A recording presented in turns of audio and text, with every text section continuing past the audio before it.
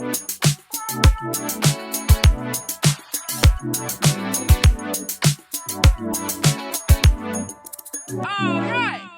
back to our podcast, Uncommonly Common. Where you get to see how uncommonly common we are together.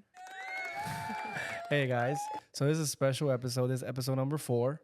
And before we start, I just want to remind everybody, just take a second before this video or before the podcast and just throw a like, comment, subscribe, because it really does help us. And it'll only take you less than 30 seconds. Okay, guys, so this is episode 4. And this is a very special episode because we have our first guest. Yes. And it's none but Dr. Antonio Lewis. And so I'm happy you're here. Thank you for having me. Welcome. Thank you, guys. I'm really excited to be here today. Happy to be the first one. Your first one. Yeah, our first guest. You're also my first, by the way. Yeah. And so before we begin, how excited are you? Are you nervous? How do you feel? Excited, nervous, worried I'm going to say some stupid shit on camera. But just remember that this is we're recording. We could always cut things off if you don't like it. We'll edit it with you and then we'll show you I'll send it to you and you can decide what you think you don't like, because I do the same thing with her. She'll tell oh, you take something out. I don't like what I said. Or I don't We said that really no. Cut. Yeah. All right, sounds good. But we just found out that he actually has always wanted to be on a podcast. Yeah, we did. So not only is he a doctor, but now he's a podcaster. Oh, yeah. Along with us. Amazing. Love it. So I don't want to bombard you with questions, but I do have a couple questions. But before we begin, you mentioned you were a cardiologist, right? And so what does that mean? What is that exactly? So I think one of the main things that I want to clarify is that I am a clinical cardiologist. So I am the doctor that takes care of the heart from a clinical standpoint, meaning I don't do heart surgery. Okay. So I don't open anyone's chest. I don't do bypass surgery or anything like that. It's a cardiac surgeon. So we go through a different path of training where we are clinicians, meaning I do have some procedures in my specialty like catheterizations, and we put pacemakers and do nice. some ablations in the heart, but I'm not a heart surgeon. Okay. So you're a heart doctor, not a heart surgeon. Exactly. So That makes sense. So not everyone that has a problem with their heart needs their heart opened and operated on. So I'm the one that kind of follows through the clinical part and gets testing and imaging and all that. And that would be before you get to the surgery, if you were to need a surgery. If you were to need a surgery, I follow you. I determine what kind of surgery you need, why you need it. If there's a valve that's not working, fine. I follow it. I get imaging. I try to quantify how bad it is. And then if there's a point where you're not responding to medications anymore or anything that's non-surgical, then I, refer you to a surgeon. And then the surgeon generally operates on you and then follows you maybe a month after the surgery. And then that's it. That's their care that they have with you. And then you continue your care with a clinical cardiologist. So I think that's the main difference and the main thing that I, always have to clarify, which is I'm not a heart surgeon. I'm a cardiologist. Okay. Awesome. Yeah, it's pretty dope. There's a lot of layers to it. Yeah. That you don't really know. That you just think you heart doctor, okay, you do surgery and it's all the same. So that's cool. And it's like that in every field. I've noticed in dentistry, you have regular dentistry, general dentistry. But then if somebody wants to get implants, a general dentist can, but you would want a specialist, which is a prosthodontist.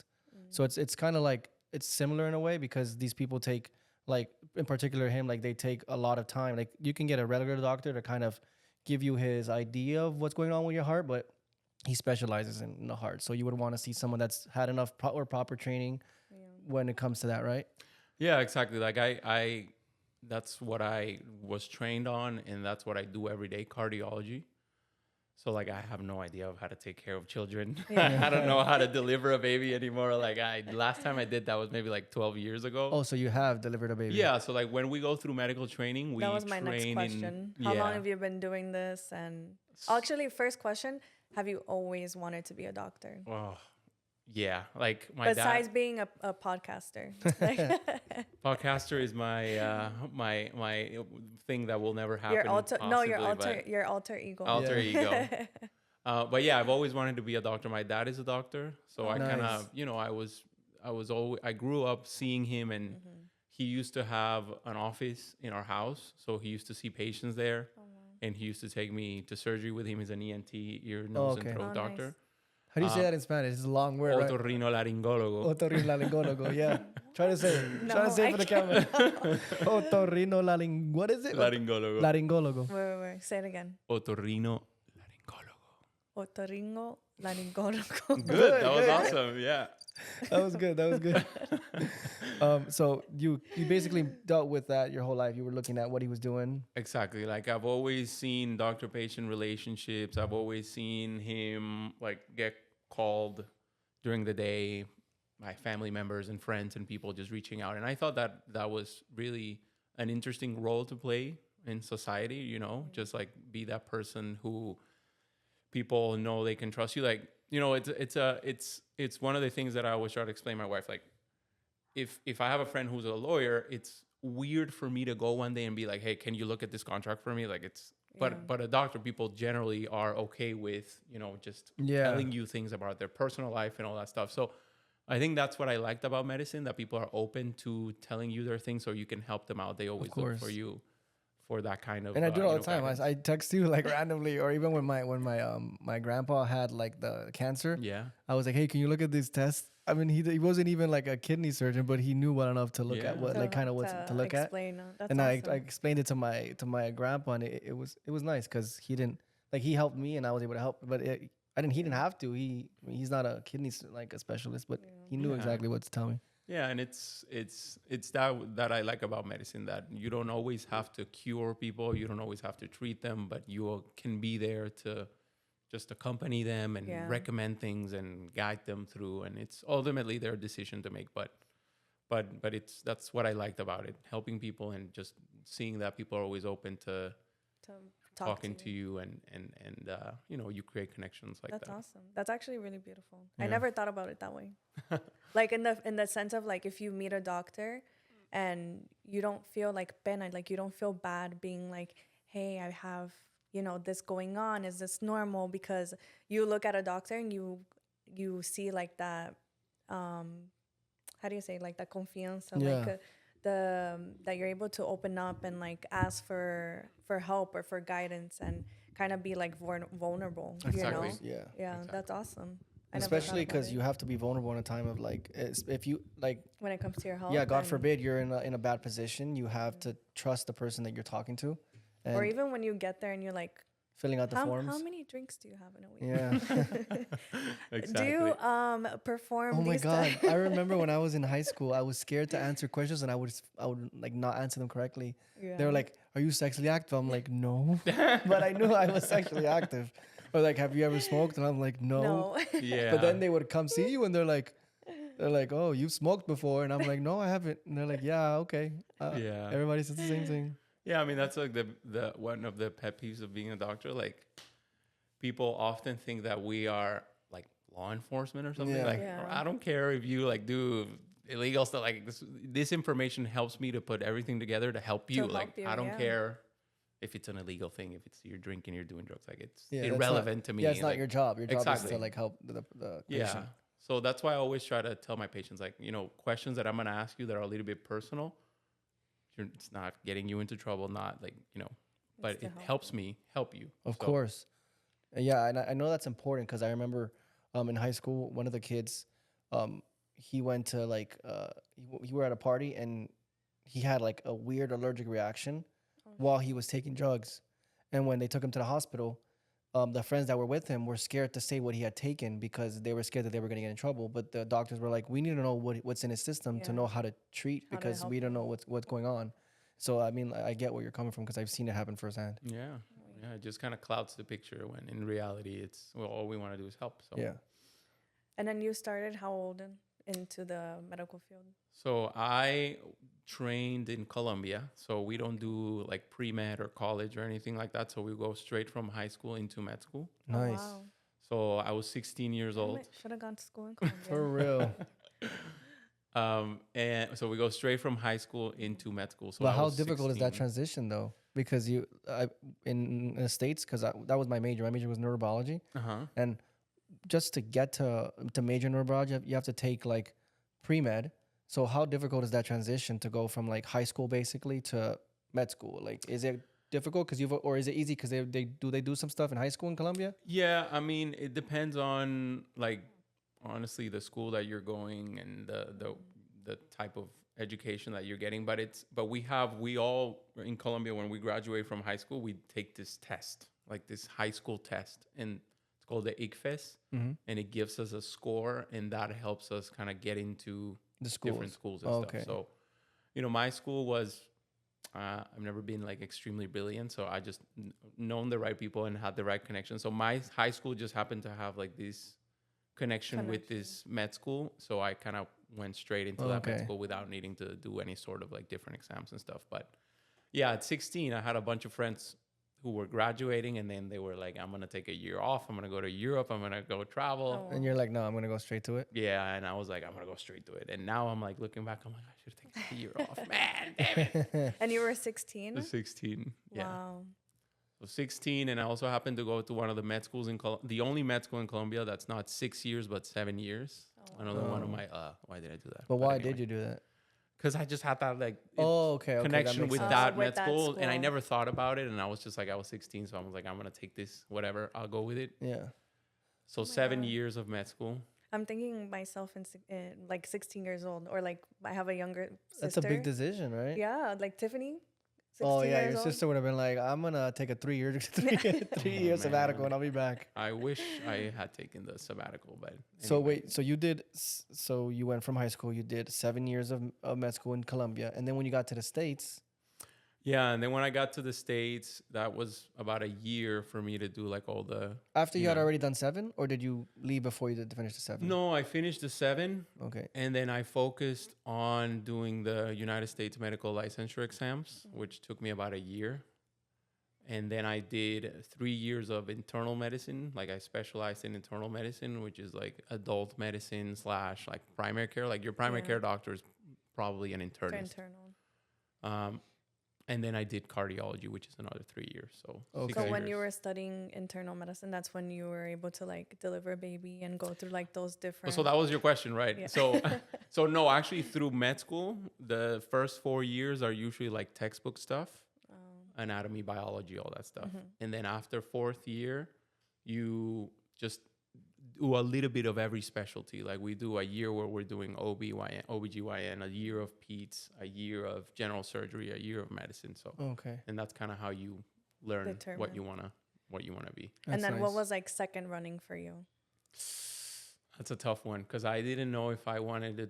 Like I always wanted to do cardiology, but I said if that doesn't happen, I want to be an orthopedic surgeon, which is kind of the complete opposite from cardiology.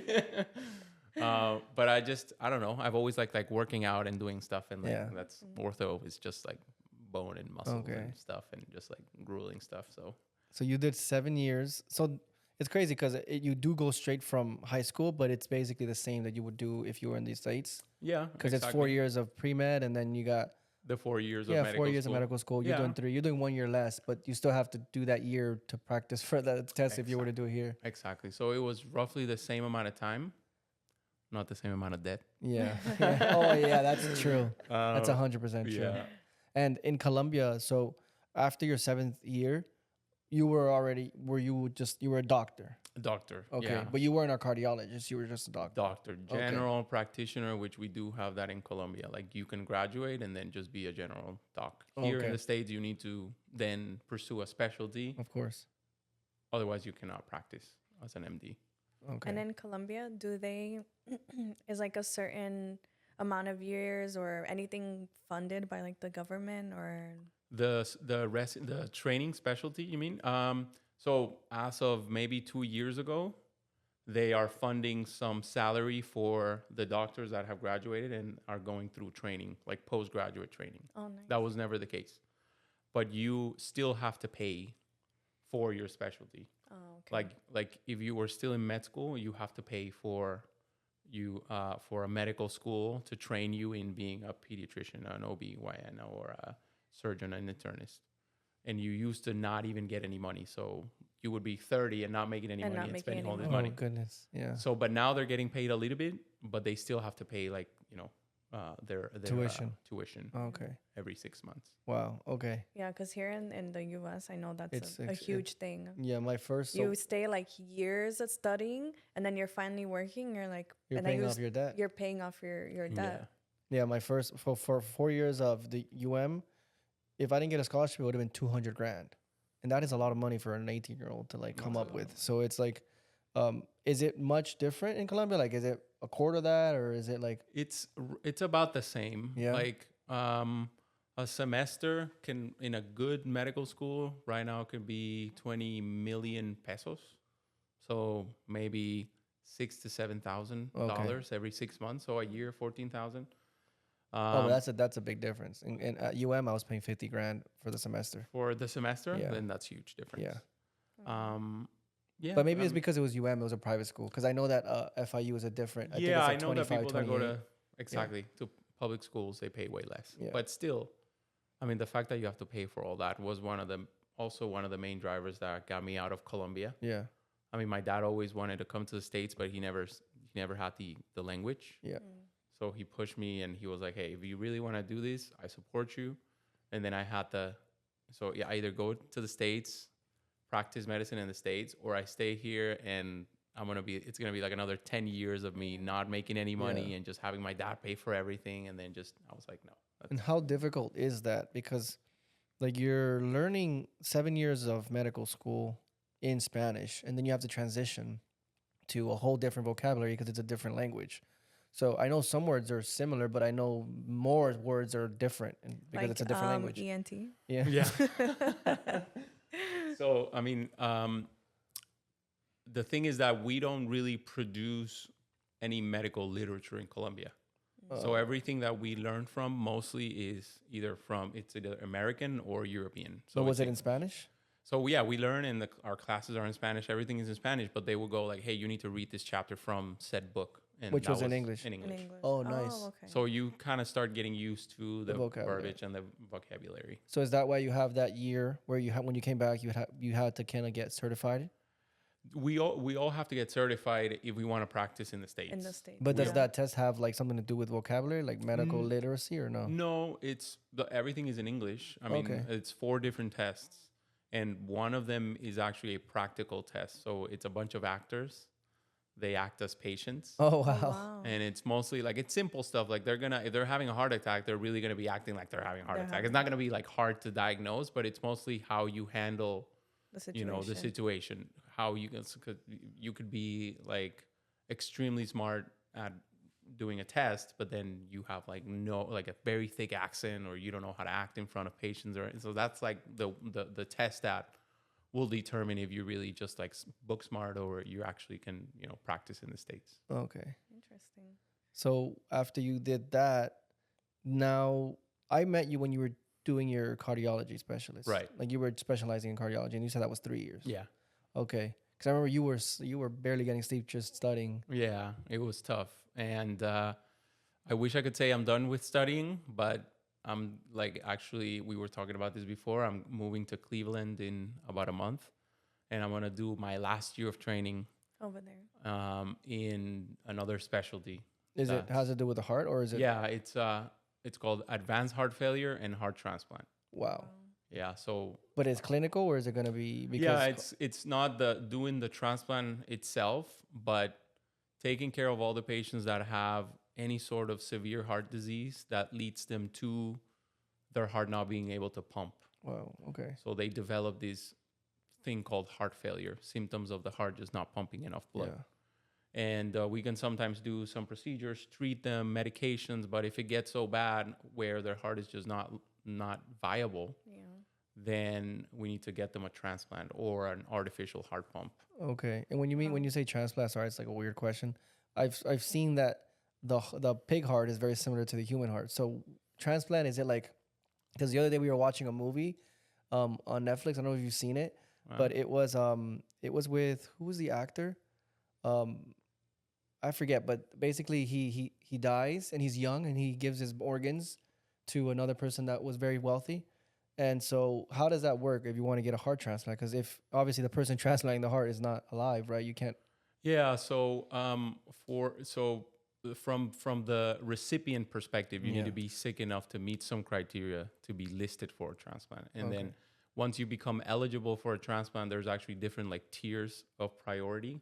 Like it's different if you need a heart transplant, but you can still be at home ambulating somewhat, taking care of yourself, as opposed to someone that's like in the ICU in shock, unable to like come off medication drips and all that. So that's like a high least priority. But anyway, if you're on the list to get a heart transplant, and then there's this thing called the opioid organ procurement organization, which takes care of harvesting the organs from the donors that are in a 500-mile radius, and then distributing that to the patients that are on lists. Wow. So when you see like in Grey's Anatomy that like they're in a helicopter with like a cooler, or that's like legit. That's true. That's true. Nice. Yeah. So you need to. So in order for you to be a donor, you need to meet criteria for brain death, meaning your brain has died. So but everything else is viable. Everything else is viable because your heart is still beating and you still have like a blood pressure, and your heart and it's pumping blood through your organs, but your brain is dead. So the person that you used to be is no longer there, and that's usually people that have motor vehicle accidents with trauma to the head, or someone that tries to, suicide, and then they stay alive, but they have brain death or an overdose. So they're there, and when they're in the ICU, we determine that they have brain death. We talk to the families, and they're like, hey, so their brain has died. They're no longer there. The person I used to know is no longer there. Are you interested in maybe saving other lives by donating their organs? That's a tough... it's a tough and conversation. you guys don't do that, right? It's the other organization, the OP. Yeah, I mean, it's generally the doctors that are taking care of that patient in the ICU. And then when they have that conversation with the family, they call the OPO, and they just try to maintain the body for as long as possible until they can allocate like all the organs. Wow. And it works just like that. Like if they determine that a patient that we have in our hospital will get that heart, we'll go pick it up, and the heart is usually the first thing that comes out. So once the heart comes out, it's literally a bunch of other surgeons start harvesting, kidneys and pancreas and gut and bone marrow, all that stuff. Wow. So one person can save more than 14 other people. Wow, that's insane. With their donation. Okay. Are you an organ donor? I am an organ donor, of course. Oh, nice. Yeah. I'm not, because I didn't, when they asked me at the DMV, I was like, I didn't know what it meant. Put you on the spot. That's where they determine if you can be an organ donor. You don't have to do anything, or just when you go to the DMV. Yeah, I mean, if you... I'm trying to remember if someone asked me. I don't remember. They asked you on the form that you fill out. It says it in your license if you're a donor. When I first got my license? Yeah, the form that you fill out. 15 years exactly. old. But you can have not specified that, and then God forbid something happens to you if your family's there, and you just have to let them know and let the people around you know that you would like to be an organ donor. So if that situation happens, people would know that that's what you wanted for your organs. Guys, I want to be an organ donor. Yeah, amazing. That's awesome. And so how long does the heart have? Like once you take it out, like do you have like a specific amount of time before it doesn't, can't so that's called a cold time, which is the time where we take out the heart. Again, so this is a heart surgeon that does that. I am, as a clinical cardiologist, will follow the patients, select them, list them, and then once they actually get the heart, that's it with the surgeon's job. They don't do anything else. So then now they need a cardiologist that specializes in treating patients that have a transplanted heart. And that's what you're gonna now study. And that's what I'm gonna do. Oh. So to answer your question, yes, there's a cold time, which is roughly about 5 hours. Wow. Like that's why they do that in the shows. And that's why you need to go in a helicopter. Not in the shows in real life, but they shows the So a cold time, meaning that if you have a heart outside of the body for more than 5 hours, that heart itself starts getting a lot of damage. Yeah. And once you put it inside of the body, it might not pick up the way it needs to. Okay. So it might fail, or it might reject, or it might just be too weak already to support that heart. Yeah, that was my follow-up question. So what happens if you have a patient who needs a heart, right? So the OPO decides if that person because like you said, the heart can be rejected, but how do you reduce the probability of it being rejected? Because of, is like because of the type blood or the amount of the size of it, or? Yeah, that's an amazing question. So all of those things. So every time that we enlist a patient, they of course go with their blood type. So you can only get an organ donation from someone that's in The same blood type or compatible blood type. We also do matching for not sex, but we do for size. Like it's Nice. Like height wise? yeah, like a big guy like me would not be able to take, for example, like Lala's heart, right? It would fail. Or if someone's really heavy or really tall, they can't really get a small heart. Or if it's a small lady, she can't get a big heart. Yeah. It wouldn't fit in her chest. Oh, okay. So it goes for sizing, it goes for blood type, and then there's these other type of antigen matching that we do, cross matching. That's a virtual cross matching. So we get a blood sample, and then we determine what kind of proteins you have in your body, HLA, and then we kind of cross match with the community to see if you are likely to reject to the people that are out there in the community. Wow. Ultimately, when you put a heart, then we do a quick cross match and we see if there's a hyperacute rejection or not. Yeah. Most of the time, the barriers and the precautions that we've taken before make it so that the rate of hyperacute rejection, which is the one that happens immediately after you put the heart, is really, really low, less than 5%. So, so most of the rejection actually happens in the first 30 days, and it's just by the person's body reacting to the new heart. So they need to have a specific type of medications to immune suppress them and all that. Wow. It makes sense why so many people are on like the transplant list for so long, because it's not just like you can't just get heart, anybody's heart. Okay, here, like exactly. It's very it has to specific. Be like matched to like somebody has to be like around the same height, to have the same blood type. So it's like so many layers, and it makes sense. Exactly. So one other curious thing is that we have a lot of organs here in Florida, because if you think about it, it was South Florida, 500-mile radius. There's not much that we're sharing. Like we have the ocean south and the east, and there's not many transplant centers to the north. Oh, wow. So there's a lot of organs that are available. Where if you're gonna go and get enlisted in a hospital that's in the northeast, then you have all these hospitals from Boston and New York and New Jersey and everything that they're fighting for the same hearts. Oh wow!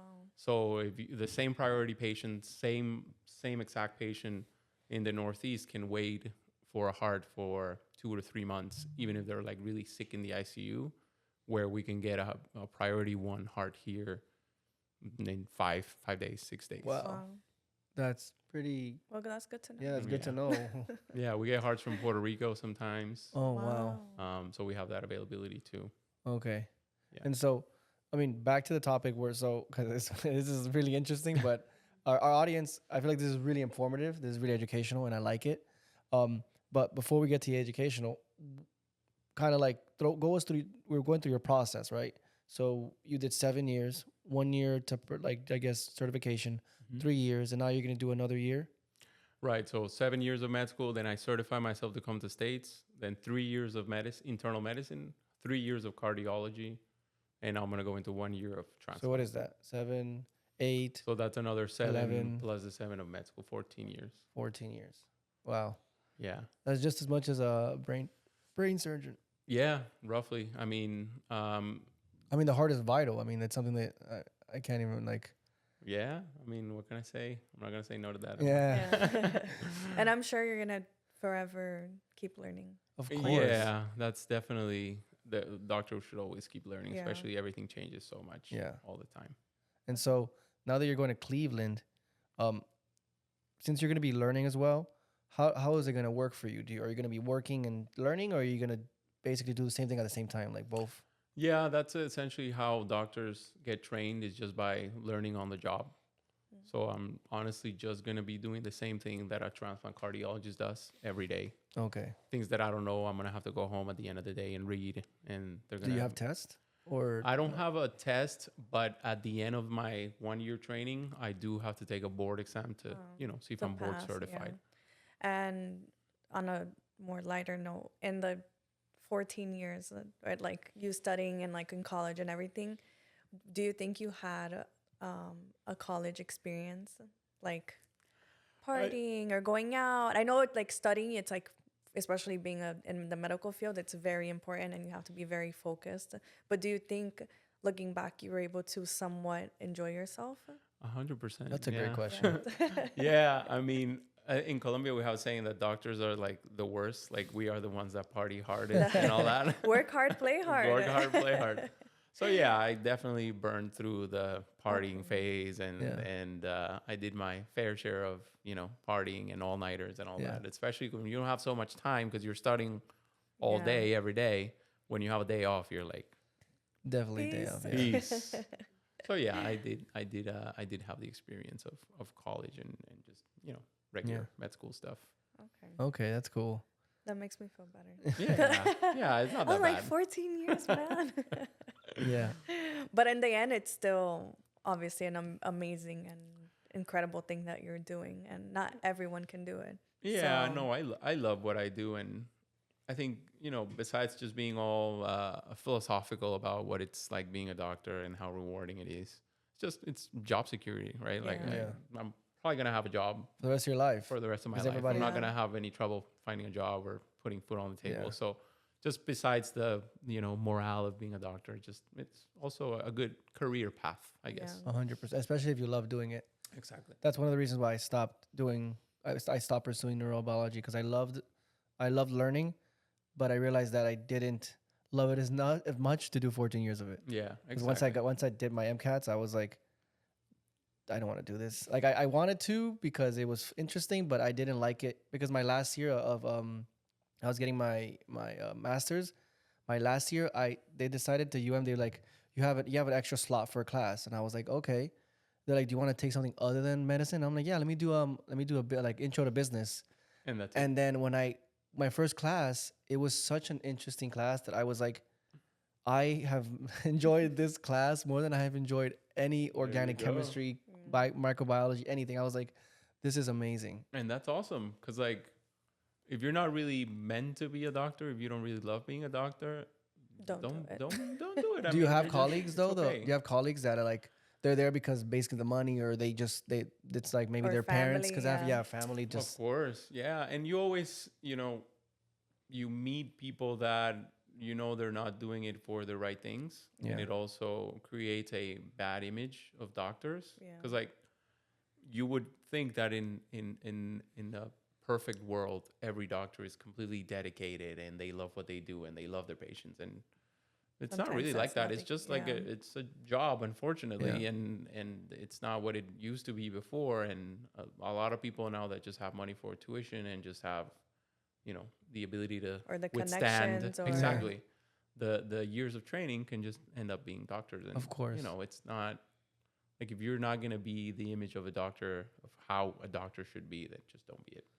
Especially because you guys have to like do the oath, right? We have to swear the oath, of course. And the oath, there's certain like I know that there's like certain laws to the oath, and if you're a doctor that or doesn't pay attention to the oath, somebody might not know, or the world might not know, but and I mean, how is that even like correct? Yeah, I think that it's completely fine to not be a doctor, or, it's just not for everyone. And like in your case, you're probably way better at doing everything else. Like I always see you and you're thinking about all these business ideas and all these new things, and I'm going to produce. So you're like a creator. Yeah. So I'm not a creator at all. I just give me books, I'll study, and then I'll be a doctor. But like, sometimes it's tougher to be what you are, right? Like create things out of nothing. So yeah, there's value in everything. Of course, 100%. I wanted to ask you another question about your field, right? So when you were doing all of this, did you at certain points were like, this is too much? Or like doing studying, like to transition from 7 years coming here to the U.S., because it is a big transition, not just for you educationally, but culturally. You're going from Colombia to the U.S. Were you at one point like, I want to go back to Colombia, or this is too much, or was it like smooth for you, or how was it? I think it was smooth for me. A couple of things. Number one, because I was in Miami, which is like, well, it's Colombia basically. Yeah, it's basically Colombia. I have family here and all that. So, and then I was with my wife the whole time. Like, she's always been with me. What year did you meet her in your career? I was maybe 2 years before graduating as a doctor. Oh, okay, so you were what, 5 years in? 5 years in. Nice. Wow. So you guys met in Colombia and then came here together. That's awesome. Manuela saw the goals. She's like, she was. So it was never like, I bet it would have been way different if I moved from Colombia to like Rochester, Minnesota. Oh, It would have been like completely different. But yeah, there were a lot of times where I was like, this is tough. I never thought about quitting or going back or changing careers. But yeah, a bunch of times I have been like, this is too much. The burnout is just too much. And do you think you've been able to find a good way to balance like your work life and your social life, your marriage and friends? And I know it's still hard because you're still, studying and working and everything. Yeah, I think that you can find a groove and find ways to balance your personal life and your professional life. Yeah. I have not have much problem with that. There's of course times in my life where my schedule's a little bit tougher and I have more call and all that, but I've never been in a point where I'm like completely isolated socially from friends or family or anything like that. If you could give advice to someone that is kind of struggling with finding that work personal life balance, like what would you say to them? I would say that you can't be a good doctor without taking care of yourself first. Like you need to take care of who you are, and you need to be 100% on point as a person before actually helping others. So if you don't put yourself first, you're not going to be able to help others. It's like a selfless career, but you have to be a little bit selfish. Exactly. So I have never steered away from my hobbies, like working out or just being with family or friends. Like I've always found the balance. And the same thing goes with studying. Like I feel like the one thing that you can do as a doctor is not cram things. Like if you study, and that's what I tell my students and residents and everyone that works with me every day, is like you only need maybe 20, 30 minutes of learning a day. Yeah. You don't need any more. Yeah. Like I'd much rather have you study a little bit every day than just sitting through the weekend 48 hours, pulling all-nighters, not being able to do anything. So I think it's all about balance, and it's doable.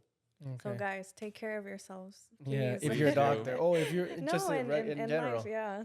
Yeah.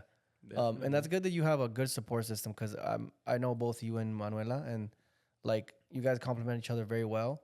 And so she definitely saw the vision. Because it could have been where if she didn't see how motivated you were, like any person would just walk away. This is too much for me being with a doctor. And the fact that she stayed with you and she gave you support, because I know that like a lot of my friends that I went to school with after I got my master's, they went to med school, and they had girlfriends at the time, and now they don't, because it's a rough like when you're with somebody that's in that time, in that like at space. A lot of the times those people don't know how to manage having a spouse and having to deal with, basically you're married to being a doctor or married to school. So the fact that you were able to balance that as well, because it is a tough way. It's a tough thing to balance, because you have to study, and then you have to also spend time with your spouse, and it's difficult to do that sometimes. This week I saw on TikTok, it was a guy graduating college, and the girlfriend got like the diploma and was like, she's like, I did this too. Is mine too. And it's so true. Yeah. Like it's very true. I think it's true. Yeah. I mean, she's been through so much for me. I think it helps. Of course, she's an amazing person and an amazing woman, but it also helps that she was raised by a doctor, and her two brothers are doctors. So she's always been in the environment of seeing people just like, work a lot and study a lot and all that. That's awesome. So she's been able to stick with me. And so maybe if you guys have kids, they'll also be doctors. Yeah, who knows? Yeah. I've read that actually.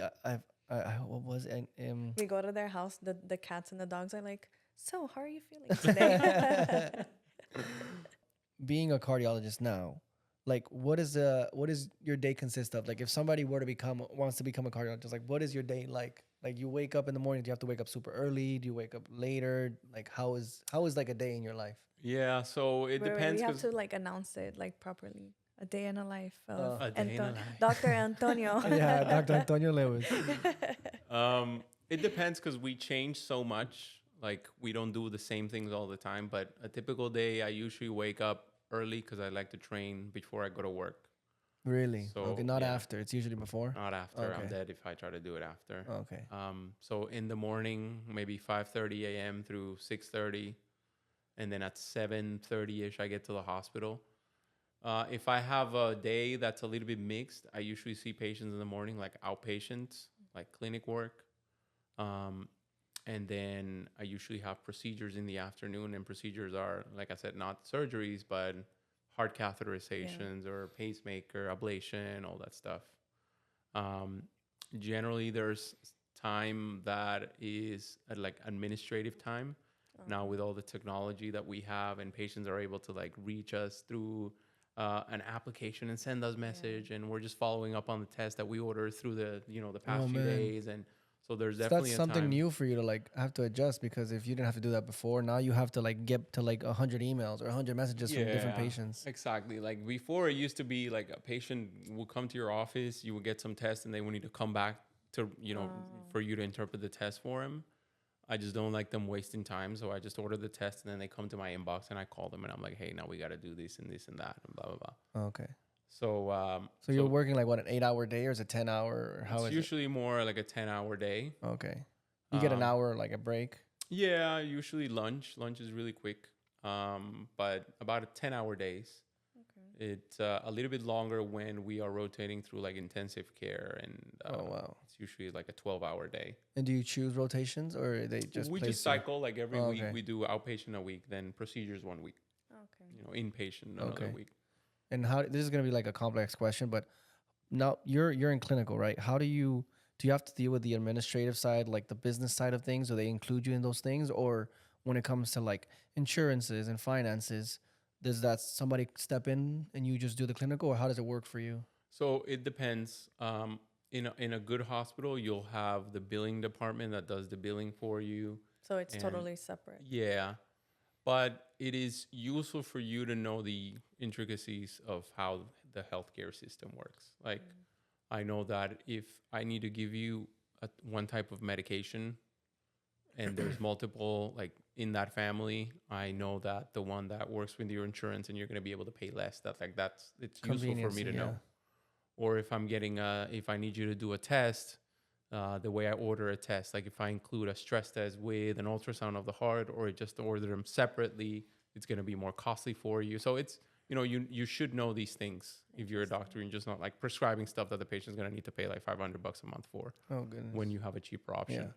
So yeah, generally you have someone, the hospital, if you're an employed physician by a hospital, they're gonna have someone that does the billing for you, because they're gonna want to bill the insurance the most they can. But the other stuff, like knowing what kind of insurance the patient has, what are the best options for them when testing, when doing because then if procedures. they can't afford it, then they can't Exactly take care of themselves. And what about hierarchy?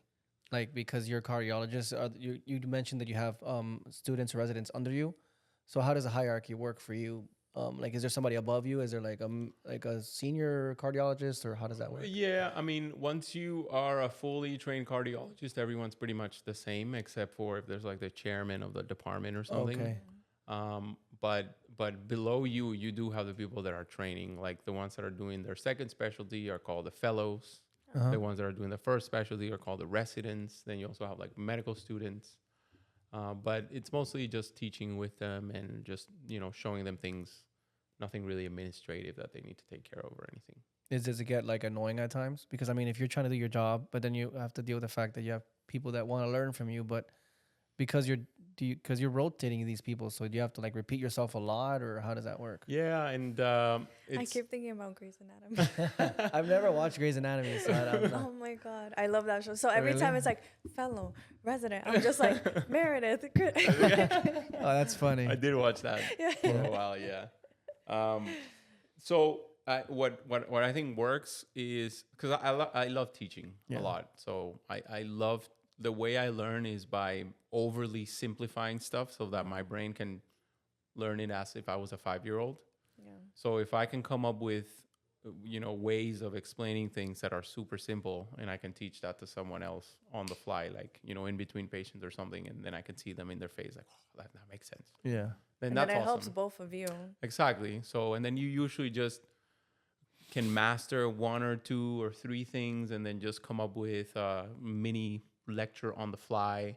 And then you just master that one and you can teach them. Like, it's not about teaching them the whole field of cardiology, but just a few important things that they should definitely be using in their medical practice. So after a while, at the beginning, you need to find your groove with teaching. There are people that are definitely not good teachers, but I've found that if I pick a few subjects and important teaching points, then I can just teach that on the fly, and it really doesn't add up to the burden that much. Okay. And do you usually get like new residents, or like how often does that? Yeah, change? it's generally like every 2 weeks. Oh wow. A resident would switch. So you guys So are you're basically really teachers. like teaching, Yeah. They're teachers basically at this point. They're just not getting paid to be teachers. Exactly. So funny. Some doctors work in hospitals that have contracts where they're like half clinical, half completely academic. So they get some of their agenda canceled for a day or half a day so they can teach and they can do all these things. Okay. I did not know that. I mean, I always thought it was like, because I knew residencies are usually like a season is like yeah. But that's like a lot of people you have to see, and especially if like it's probably very hard to balance sometimes, because what if you have like a bad work day and you have to deal with two students basically at this point, and sometimes you don't want to. Or have you had like difficult students? Yeah, I mean, difficult means that they just don't want to be there.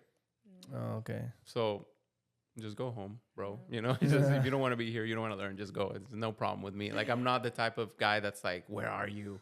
You have to be there at 7 a.m. and leave at 5, no earlier than. I'm like, if you don't want to be here, just go. Like, it's not. Yeah. I'm going to be here anyway. So, but I enjoy teaching. And when I feel like they enjoy learning, I feel bad when I'm just like going over my day. I'm not able to like, stop for a moment and teach them and kind of guide them. Okay. And from like, for example, before like COVID compared to like now, has things changed? That was crazy. Actually, a better question, like what has changed? I think that one of the biggest things that COVID helped us with is the whole realm of telemedicine. Oh, okay. Like before, it used to be unacceptable for a doctor to see you through the phone, video call, But now it's simple to do, and it's acceptable, and it's easy. Like, sometimes you don't need to come to the office. Yeah. Sometimes you just need to, see some tests, or you need to tell me how you're doing over the phone or a video call. So I think that telemedicine has changed the way we do things for the better. For the better. Like for example, some transplanted patients, they get transplanted in my hospital, but they live in Okeechobee or whatever. So sometimes they don't need to come all the way down to get tested, or so they can just have a phone encounter or a virtual encounter. So I think that helped a lot, as well as medical education also changed a lot. Did it also prepare you though? Like, because I know that a lot of hospitals were unprepared when it came to like equipment and having an influx of that many patients. So like, did it prepare the hospital you were at, or? I don't think anyone was prepared for that. That was crazy. I mean, no, but I mean, like now, being that happened already, do you think that your hospital, if it were to happen again, do you think that you as a doctor, are you prepared for that influx? Like, do you think because it happened, it's like something that you guys are prepared for, or is it something that you'll never be prepared for? I don't think you'll ever be prepared for it. Like, if it happens in a few years where we still have it fresh in our minds, then we can maybe, be a little bit more effective. But if it happens like 10 years down the road, none of us are going to be like, we're completely going to be caught off guard. I think it's like when like swine flu, or like anytime there's like some big outbreak, it's a worry, obviously. And then people start, I mean, even with like the toilet paper with COVID, like, people start freaking out, and toilet paper had absolutely nothing to do with it. But because the human nature is to like over prepare, or like worry of the unknown and stuff, like, I think even if we knew in 1 year, God forbid, another outbreak or something were to happen, I think we would still kind of freak out a little bit. Yeah. I mean, there are some contingency plans in place, but it would be very tough. Yeah. It would be very tough. You said that sometimes you have to deal with telling them patients like, you have to like tell them test results. You good? Yeah. Sometimes you have to tell patients test results, right? And so you rather do it through I guess telemedicine because you don't want them to come to the clinic just for that. But what happens when the patient has some serious condition? Do you want to do that over the phone, or would you rather them come in? No, of course I would. If it's something serious, I will call them and I'll be like, hey, I really need to talk to you about these findings on your test. That's probably so scary to get that call. I want you to come by and we'll discuss. But if it's something simple, like somebody came in with some chest pain and we did this test and they're normal, And it was fine. I just rather call them and save them the trip to the hospital. Okay. Just to be like, hi, you're normal. Yeah.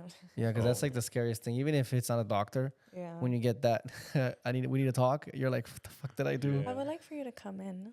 Not even that. If it's your wife, your spouse. Like when Lala tells me we need to talk, I'm like, the fuck Yeah. did I That do? is true. Or like if my dad was like, tenemos que hablar. I'm like, Oh. fuck, what did I do? Yeah. I didn't do anything wrong. And then you'll know when they talk to you. So, and so now that we kind of got over that like process of what it was like to get where you are now, what is your end goal? Like, what are you aspiring? Are you aspiring to be the heart failure, or do you eventually want to move on to like be a heart surgeon, or is this where your happy medium is? Like, you're happy with this, or what is your like? Yeah, that's it. I didn't even think I was going to do transplant until I did so much transplant here. Because I always thought I wanted just to be a regular general cardiologist. So I like transplant a lot. I liked the experience you get from transplant. I mean, you're seeing patients really sick, almost about to die, at the verge of life and death. Yeah. And then Oh, you goodness. transplant them and they do better. And then they see you in the clinic. And I have a patient that he is a hiker. And then he had this viral infection in the heart that completely like blew it away. Wow. So we transplanted him, and then every time he comes by to the office, he brings a different picture of him hiking something different, so like dope. a different mountain or something. That's awesome. So anyway, so that's what I want to do. I want to do transplant, and then I want to stop. Okay. I want to do heart failure and transplant for the foreseeable future. Maybe when I'm close to retirement, I will just fall back to general cardiology because transplant's a little bit more demanding. And how did you get to that point? I mean, like, I'm only asking because did you always know you wanted to be basically a transplant, like a heart failure transplant, or did you like along the way of like learning throughout, like once you're in your 3 years, where you were like, oh, this is what I want to do, or how was that process? Yeah, at one point I was in between either doing something called electrophysiology, which is the cardiologist that manages the arrhythmias, pacemakers, defibrillators, all that. But I was in between that and transplant. But one of my biggest mentors, she's a Colombian doctor.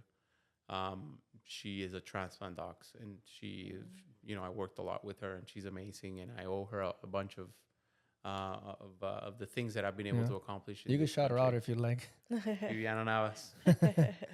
But she was my role model. That's nice. And that's kind of what got me into transplant. And she had already, she how long had she done it when you met? Like, when I first met her back in like 2015, she had already been the head of transplant, Cleveland Clinic, Florida, for maybe 8 to 9 years. So we didn't used to have transplant there, and she trained in Ohio, where I'm going next year, and in a month actually. Yeah. And she came back, and she was the one that actually built that program. Wow. So the Cleveland Clinic corporation did not want the Florida department to have transplant services at all. They said that it wouldn't be a good idea, and we didn't have the volume and all that. So she came with one surgeon, and they got everything running, and right now we're the fastest growing transplant program in Florida. Nice. Wow.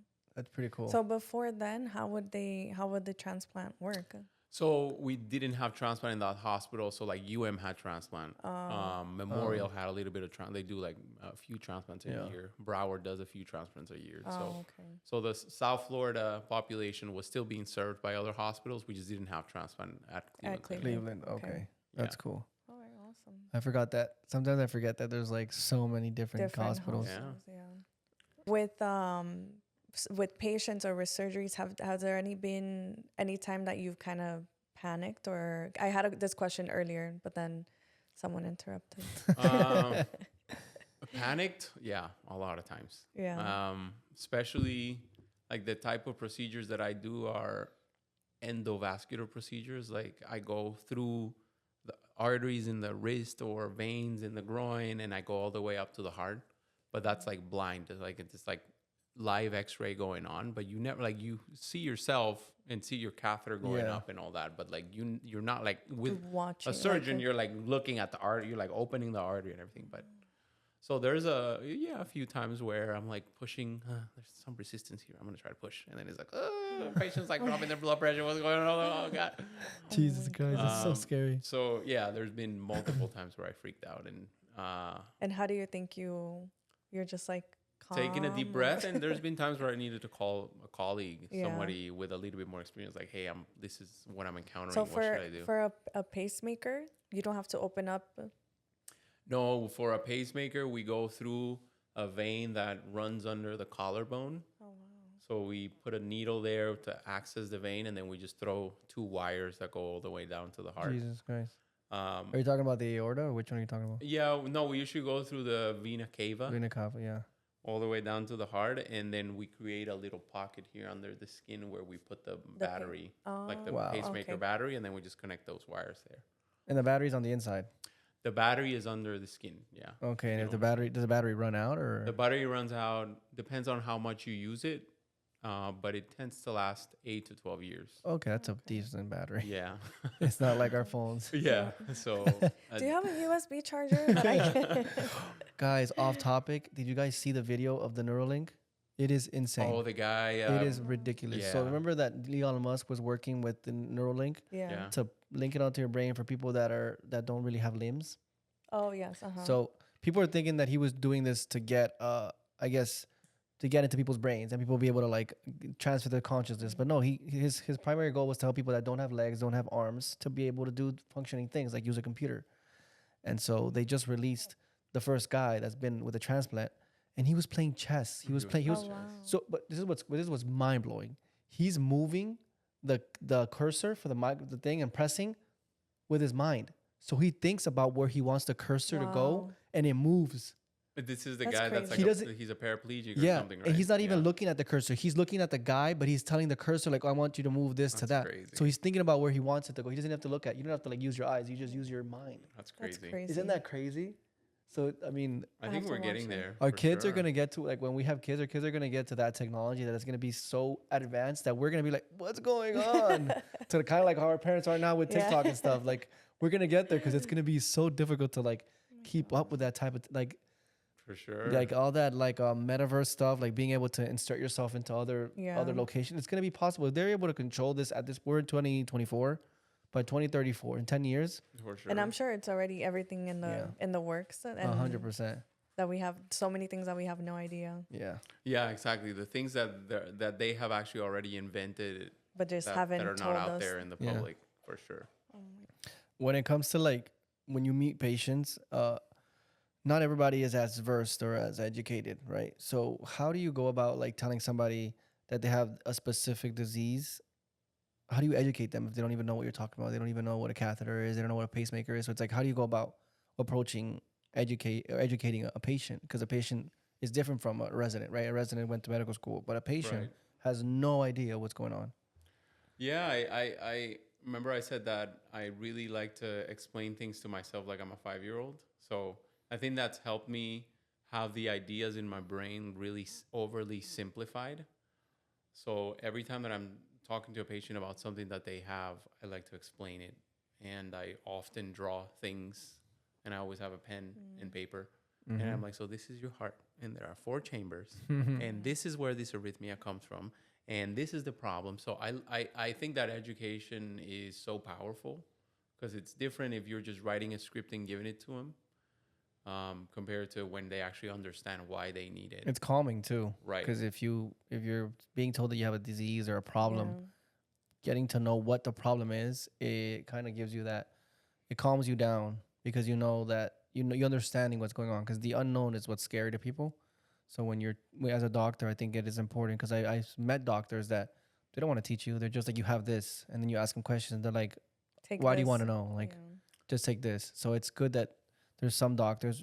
I think all doctors should, but be as like caring and educational, because it would make it easier for you. Like if you're a doctor and you educate your patient, it probably makes it easier on you if you kind of take the time to teach them, because then they won't get scared. And especially if you have heart problems, it might give them stress. We could cause more problems. Exactly. And I mean, not always, but most of the time, heart conditions are chronic and long lasting. So it just really helps if the patient understands what they're having, what they're going through, and how to treat it and how to make it better.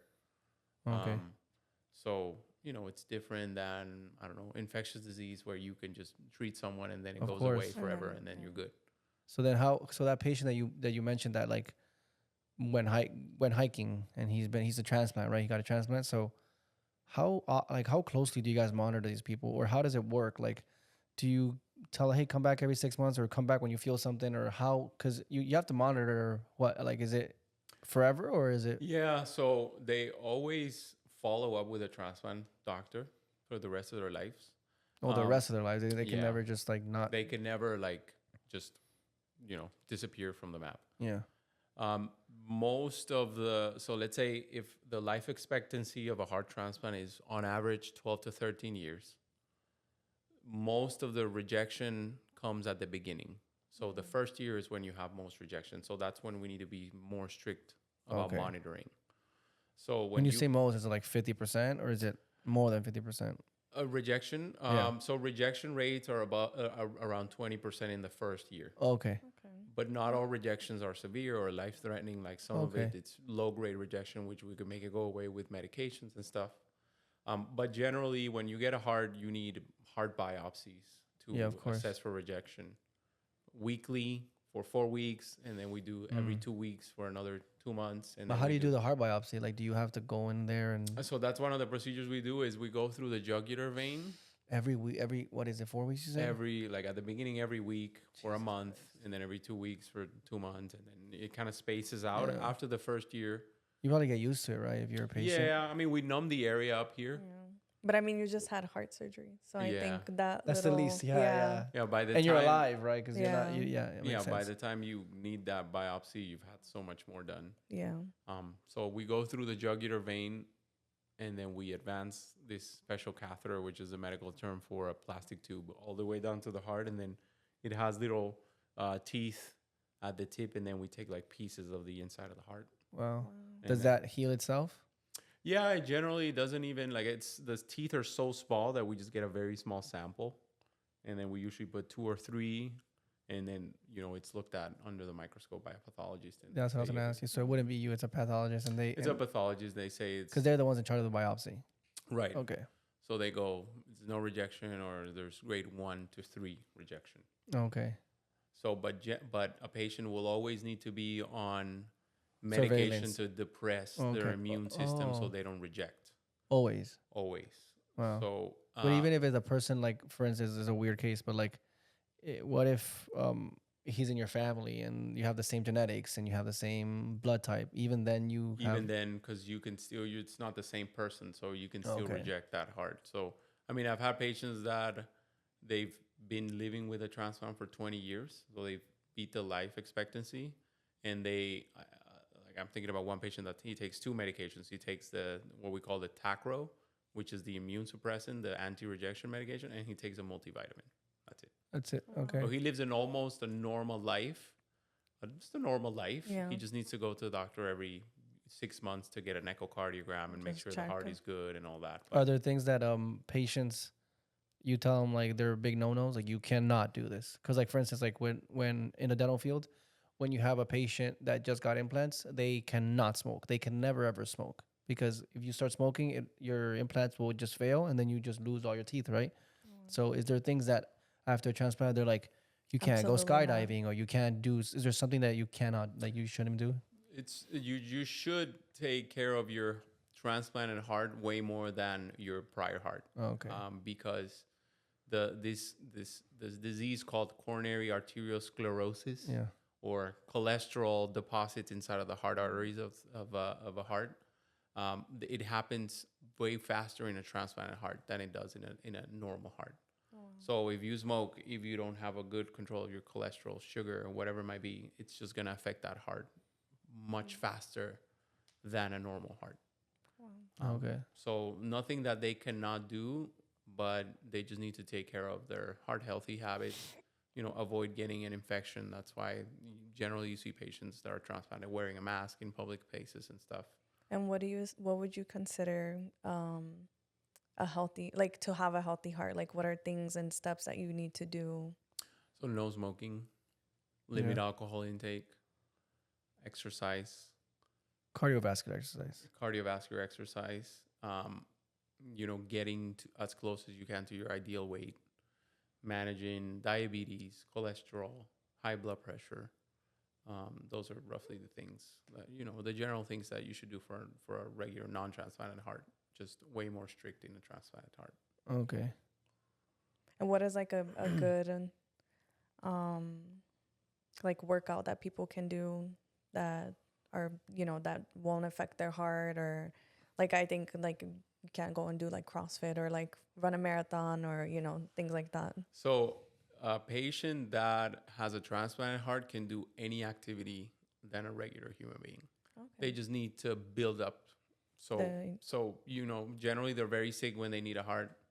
And then when they get a heart, they just came out of big surgery and they're generally in the hospital for, at least a couple of weeks, 2 to 3 weeks after they get the heart. So they're really debilitated and they're weak. So they can't just go straight and do CrossFit. But there's like this cardiac rehab programs that we have where they have this organized, structured exercise program 3 times a week, and they're monitored by a physical therapist and all helping that. them Build back their strength, their stamina, their cardiovascular fitness. Also, just regain confidence, right? Because like these are patients that are generally having heart failure for months to years before they get a transplant. So one of the things that I always get is they really notice that when they get back home, they really notice the difference. Like all of the things that they were not able to do before and they just forgot. So I have a patient that once told me, like, I forgot what it felt like to walk to my mailbox and not be short of breath. Oh, Wow. So when I got back from the surgery, that's when I felt like I could go up the flights of stairs in my house and not be completely winded at the end. Yeah. I could walk my dog and not be like exhausted. At the end. So they can do anything. They just need to build up slowly. Okay. So what is a practical exercise like for the viewer? Because I mean, I'm assuming and I'm hopeful that our viewers don't have any heart problems, right? But how can they maintain that? Like, what is something that is practical, that is something that they can do without having to stress? Because I think right now we're in a time where people want to make everything easier because we're used to that instant gratification. So I don't think many people want to do CrossFit because it's a lot of work. Many people don't want to run because it's just like it takes a lot on you. So like, what is a good exercise? Maybe it is running, maybe it is CrossFit, but what is a good exercise that you can recommend to somebody that just wants to maintain good heart health? I mean, the evidence shows that, and it's different than when it was from the past, that we used to think that only cardiovascular work, like cardio, was good for your heart. And now we understand that not only do you need cardiovascular, cardiopulmonary work, like running or walking or swimming, whatever it might be, but you need also strength training. Okay. So the muscle that you build when you're young starts getting essentially catabolized or eaten away while you age. And it's so much harder to build muscle when you're aging. Older, yeah. So the more muscle you have when you're young, the less weak, the less frail you're going to be when you're older. So when you say old and young, like what is that? How, like, because obviously everybody says that you're when you're 60, you're still young, right? But for the age of your heart, right? Because I know there's a chronological age. You can't deny when you're getting old, right? So for you guys, what do you guys assess when it comes to like heart health? What is an old heart and what is like a young heart? I mean, it's different aspects of it. I treat patients that are in their 80s every day. So when I see a 60-year-old, I'm like, you're super young. Okay. But there's a hard stop usually for a lot of things that we can do in medicine when someone is above 75 years. Okay. Well, that's like how you consider someone that's, they're elderly and they won't maybe qualify for a lot of things. But if we go back to the exercise part, both cardiovascular and muscle protein synthesis really decreases when you become 40. Okay. So after 40, it's really tough to put on muscle. It's really tough to get fitter cardiovascularly. Like if you go from no running to being able to run a 5K when you're in your 20s or 30s, you can get that much faster than when you're past 40. 100%. You can still do it, but the idea is that the more you're able to build while you are young, the more you're able to maintain, and the fitter you are while you're aging.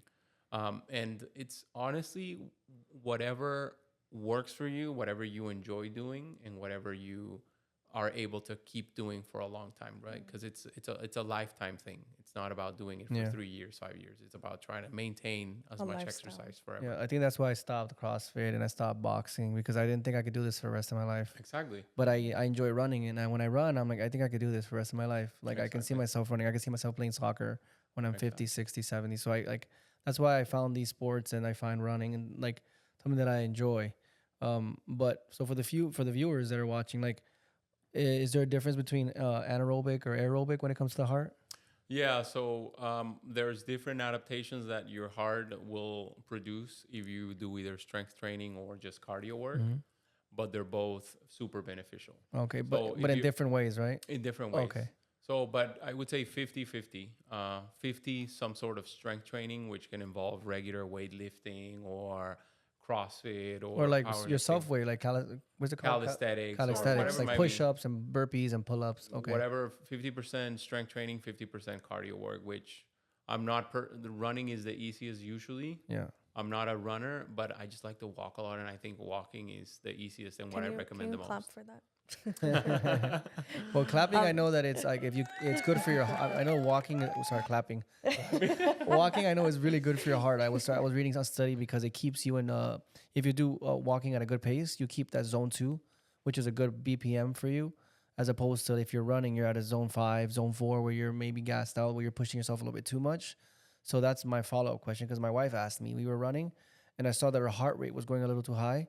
So what is, like, when people are working out, because everybody has Apple Watches now or Garmin's, what is a good heart rate to like keep when you're working out, or is it different when you're working out when you're running? Like, what would you recommend for that heart health?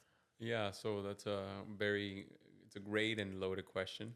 So there's this one formula that we have, which is 220 minus your age. That should be your maximum heart rate. Oh, wow. Okay. What that means is that, let's say that you're 30, 220 minus 30 is 190. It doesn't mean that if your heart rate at one point goes above 190, you're going to die. It just means that the incremental benefit that your heart gets from increasing the heart rate stops at that point. So anything above that will not improve your physical endurance or abilities or anything like that. So usually we like to train at a 60 to 85% of that maximal predicted heart rate. So if it's 190, then you get 65 and 60 to 85% of that 190, and that should be the bulk of your training. Okay. So if you're doing zone 2 training, that's closer to 60%. Yeah. If you're doing more of running or strength work, that's usually closer to 85%. Yeah. It's difficult to achieve, though. I've tried it. Achieving zone 2 when I'm running. You're probably way past it, right? Oh yeah, I'm like a zone 4 or zone 3, and it's only because so for the viewer that doesn't know, zone 1 to 5 is just separating your beats per minute when you're doing a specific exercise. So people say that it's benefit to keep a zone 2, like you just said, 60%, right? So I find it hard, but I find that when I'm running, it's just a matter of my pace and my breathing that can control my heart rate. But sometimes when you're running, you're not thinking about my heart. You're just trying to run, right? You're just trying to get over this, get it over this, right? But I have caught myself trying to, like, because it's good that we have this technology, because now we can keep track of it. And so when I'm running, I notice that, like, it's cool because Apple and the Garmin as well, they'll tell you, like, you did a 5-mile run. And so they'll tell you spent, in those 50 minutes, you spent 10 minutes in zone 1, and then 30 minutes in zone 4, and then only 5 minutes in zone 2. So it's cool because they'll tell you how your BPMs are going, and so in what zone you're in. But when it comes to that, like, should we be so focused on that, or is it something that So I think that for athletic performance, you can just go with whatever heart rate you need to perform what you want to do. Yeah. But it has been proven that the most effective at building up your metabolism and cardiovascular work is zone 2. Okay. It's just the heart rate at which you do most aerobic work, meaning your cells are not in a rush to produce energy or strength, that they need to produce that energy or strength with no oxygen. Okay. So at a zone 2, it's quick enough where you're building your endurance, but it's not fast enough where your cells are still able to produce energy by using oxygen. Okay. So a zone 2 is you could do it at 60% of your maximum predicted heart rate. Or what I tell my patients is go out walking, and if you want to get in zone 2, it's generally a walk where you can have a conversation with someone, I heard that, yeah. but you just rather not to.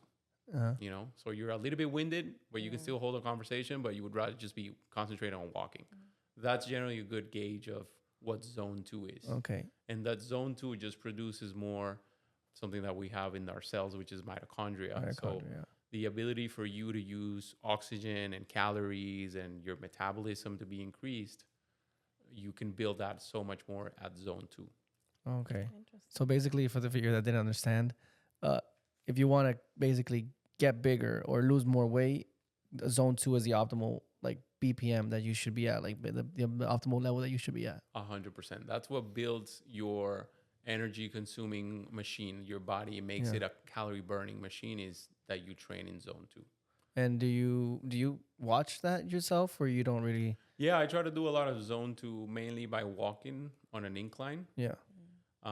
But again, what I do as far as strength training is different, not to build mitochondrial function, metabolic function, cardiovascular work, but just to build strength, muscle synthesis. So that's what has been really associated with better outcomes when you're old, is muscle mass, right? Nice. Because it's the muscle mass that helps you not trip and fall, break your hip, to be able to grasp yourself from something when you're tripping over. You're able to, put the luggage inside of a check-in bag. So and that's it's important. what keeps you functional. Right? And it keeps you from dying. So I was watching a documentary, and they said that the leading cause of deaths in the United States is people falling, older people falling. And the reason why they don't see that in Japan or in countries where the death rate for that specifically isn't prominent is because a lot of cultures, they're sitting on the floor for eating. So they're used to carrying their own weight when they're getting up. But in the United States, we're used to just sitting down and getting bigger and eating whatever we want. So that's very important, because if you're tracking your weight and you're taking care of your heart, you can, by the time you're 80, you could still, the documentary was wild. I saw like 90, 110-year-olds in Japan, like being able to do squats and picking themselves up normally because they've been doing it their whole life. So that muscle resistance and that strength has always been there. Yeah. So, yeah. And their exercises are very like... I mean, they get their heart rate up, but it's not like so intense. And you do that for 40, 50 years. Exactly. I think, that's getting a little bit more deeper into the societal origin of obesity and deconditioning and stuff. But, when we evolved as humans, we did not evolve to retire at 65, right? And so let's just think about humans 2,000 years before. You were 80, you needed to still work to eat. You needed to hunt to eat. So the human being was never meant to just drop whatever you're doing physically at a certain age and then just start, decaying after that. So it's the decay of your muscle mass, of your bone mass, of your ability to do things physically that ultimately leads to frailty and, just dying earlier from all diseases. So definitely muscle mass and cardiovascular fitness is what has been demonstrated to prolong, maybe not your lifespan, but your health span. It might not make you live 10, 20 years longer, but the years that you're alive, you're going to be healthy. You're going to be functional. And so now that so basically that's the exercise part of it, right? The cardiovascular, like keeping a healthy heart. But now that when it comes to the diet, like what do you recommend for people that want to keep a healthy heart? Like what is a diet that should they consist? Like, what's a good diet to follow? Like, is the keto diet a good, or paleo, or pescatarian, or what type of diet do you recommend for somebody that wants to keep a healthy heart? Because I know the heart needs good fats, healthy fats. But I mean, what would you recommend? Yeah, so most of the evidence that we have comes from something that's called the Mediterranean diet or the DASH diet. So what that diet involves is the idea is rich in fruits and vegetables, lean meats, and whole grains. So if you think about it, that's completely opposite of what the Western American diet looks like. Yeah. So it doesn't really, the intricacies of, is it just keto? Is it just gluten-free? Is it just, if you're, what I like to tell my patients is you want to make sure that what you're eating are whole ingredients. Like, honestly, if your grandma would not be able to recognize what you have on your plate, you shouldn't be eating that. Okay. So if you have some weird mac and cheese packaged pre-food, something like that, like, yeah. Yeah, Hot Pocket probably or not healthy, right? a corn dog. Yeah. So, but if you eat ingredients, like if you have a plate that has avocado, chicken, and Asparagus rice, or something, yeah. those are ingredients. Those are not like processed foods and stuff. So, that's generally what I like to tell my patients. I always say, this is probably a new thing that you're hearing, and there's no way that you can have a healthy diet with the 5 minutes that I'm going to tell you about the healthy diet. But what I can do is I can instruct you on things that you can research and things that you can look on the internet on, because you need to learn, right? You don't know these things. So you need to learn how to cook healthy, make better decisions. So the easiest way is either a Mediterranean or a DASH, DASH diet. And all over the internet, you have ways to prepare foods like that, and, ingredients to choose that are Mediterranean and DASH in nature. So that's the one that has been proven the most to be heart healthy. Okay. What is the most detrimental for your heart? The Western American diet. Well, what is the most ingredient basically? Is salt the most, sodium, or what is something that you're like you should stay away from? So multiple. I mean, sodium increases your blood pressure, which is the silent killer. Trans fat, all those fats go into your arteries and clogs them. Wow. Processed food, generally also very bad. A lot of people have there's a discussion on whether animal diets are bad or not. And I think that, it's not, I like to say it's not the cow, it's the how, right? So it's different if you're eating fried chicken tenders than if you're eating organic wild-caught salmon, right? Yeah.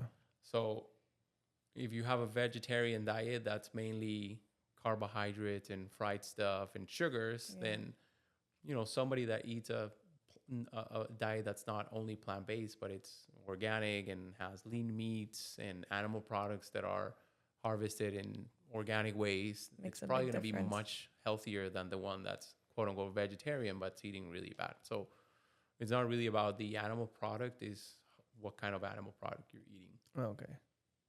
I can see that. I can see that as well. Yeah, because I know some people that are vegan or vegetarian, or even like when you go on like TikTok or Instagram, it's a lot of like potato or like rice, pasta, which is, it's not bad to have, but then it's just so many different ingredients, so many different things. It's not just like, okay, a baked potato. It's like, no, we're gonna fry it. We're gonna put sauteed mushrooms, but it was cooked with avocado oil and this and that, and then it ends up being not really as healthy as you think it is, or it's supposed to be. Exactly. That's why, I mean, I was watching a TikTok of this. He's an Italian guy. They're an Italian couple, and they were talking about their diet. And the guy asked him, like, in Italy, you guys don't have much obesity, but you guys eat a lot of pasta. And the guy was Italian. He's like, oh, we eat the pasta simple, right? So they eat it very simple. Their idea of pasta is literally whole grain pasta, just the pasta, olive oil, and that's literally it. Yeah. Tomatoes, and there's not too much to it. Yeah. But here in America, we have the Alfredo sauce with the extra chicken, the mushrooms, the cheeses, and then exactly. Yeah, it's a different diet. So I mean, it makes sense. I remember when you did the keto diet. That was a rough diet. I don't know. Did you do the keto diet for how long? Yeah, for a while. I don't remember how long. And he like loved it. I loved it. He was like, I'm going to do this for the rest of my life. I'm like, Danny. I loved it. It was a good diet. It was just. I remember I told you, I was like, this is not good for you. I just realized that the keto diet, it'll boost your cholesterol because of the amount of fats you're required to eat. You're not eating any carbs. You're just basically eating a bunch of protein and a bunch of fats. That way you can like get your ketones up, right? And so you got to lower your sugar levels so that way you can produce more ketones, and then that will basically, your body's supposed to consume its own fat. But it's like it's I love the diet, but it was a really fatty diet. So I was running out of things to eat. I was eating like chicken every single day with by itself, or just bacon. And bacon. Oh my gosh. The amount of bacon was You wild. guys would eat so much bacon. Well, there you go. That's the thing. I mean, what can you actually maintain? Because it's something that you're thinking about doing for the rest of your life, not just like a few years or whatever. And it also doesn't have that much fiber in it, right? Which is good for digestion and bowel movements and preventing colon cancer and all that. So yeah, that's my caveat about keto diet. For the viewer watching, or for, I mean, just what is the most common heart problem or heart disease that you basically see every day, or something that you see just crazy? Like, it's just ridiculous how many times you see it. It's arteriosclerotic disease. So essentially, the heart pumps blood throughout the body, but the heart itself has vessels that surround it and feed nutrient-rich blood to it, right? Those are called the coronary arteries. So with time and age and other risk factors like high cholesterol, high sugar, high blood pressure, smoking, those arteries start getting clogged with cholesterol there. And that can lead to, problems with blood flow in the heart attacks, weakening of the heart muscle because it's not getting enough blood flow, cells of the heart muscle dying from lack of blood flow, and then they are prone to, the heart is also an electrical system, so if those cells die, then they're prone to getting like short circuits there that produce arrhythmia. And it's when you hear people like, oh, somebody had a heart attack and then they drop dead. That's usually because they have a big heart attack and then they get a lethal arrhythmia and die. So actually, that, which is arteriosclerosis or coronary artery disease, is the main cause of death in human beings. Wow. So that's the main thing that I see, and that's also the main driver of death and mortality in human beings. It's that, and then cancer. Goodness. Okay. Have you ever been in like a restaurant or a shopping center or something, and something happened, and someone like, they're like, is there a doctor here? Oh my God. Oh, it's happened once. And it's tough because, if it's something simple like somebody passing out because it was too hot or too humid, and you just need to lay them down and then, lift their legs up. It's simple, but you don't know, like if they're having chest pain, you don't know if they're having a heart attack. You don't know if they're having... There's so many different factors. If they're just bleeding inside of their chest. So like heart attack, you would give an aspirin for, but if they're bleeding in their chest, aspirin will make them like bleed way more and they will like, die. Goodness. Or if you think they're having a stroke, they can have a stroke from a blocked artery or just ruptured vessel in the brain. So you either give them aspirin or they can start bleeding more. So it happened once when I was in a mall, and it was somebody it was too hot and they were about to pass out. But I've had friends that have been on flights with serious situations where they needed to like divert the plane. Wow. And then, it's a noble thing to do. Yeah. But then their experience is usually, I had to divert the plane, and then we were flying from Denver to Miami, and we had to stop in Atlanta. And the lady was fine, but then everyone else needed to reschedule and like get hotels and everything. So like at one point, everyone was like, "Why this motherfucker?" Well, unless someone's dying, they're gonna blame you for like stopping the plane and like diverting everything. So, and there's a lot of legal issues nowadays. And I had someone that I know that was out celebrating. So they went to like happy hour and whatever, and someone at the bar wasn't feeling good, and then someone goes, "Is there a doctor?" And then the girl that was with her was like, "She's a nurse," and my friend was like, "Shut the fuck up." No, but she's like, "I am a nurse, but we also are a happy hour." Yeah. Like. No, it's totally okay to say I've had a few drinks. Yeah. I can't just like take care of someone right now. No, yeah. But the one thing, actually touching base on that, the one thing that I think everyone should have some idea of is basic life support. like when someone has sudden cardiac death, being able to know when they don't have a pulse, when they're not responding, and then at least do basic CPR until the ambulance gets there or something. So I think basic life support is something that you can find like free courses. Yeah, I've seen free courses from the American Heart Association, and there's like simulators in some airports where you can train how to do CPR. But it's like 3 or 4 steps that if you know how to do them, you can potentially save someone's life. Mm-hmm. And it's happened before that I've gotten patients that had cardiac arrest outside of the hospital, and if it wasn't because their wife or their family member or friend or someone was there resuscitating them, they wouldn't have made it to the hospital alive. Wow. So it could really make a difference. Yeah. Do you know how to do CPR? You gotta watch The Office. Well, Stay in. I thought about that, but I was like, this is a serious question.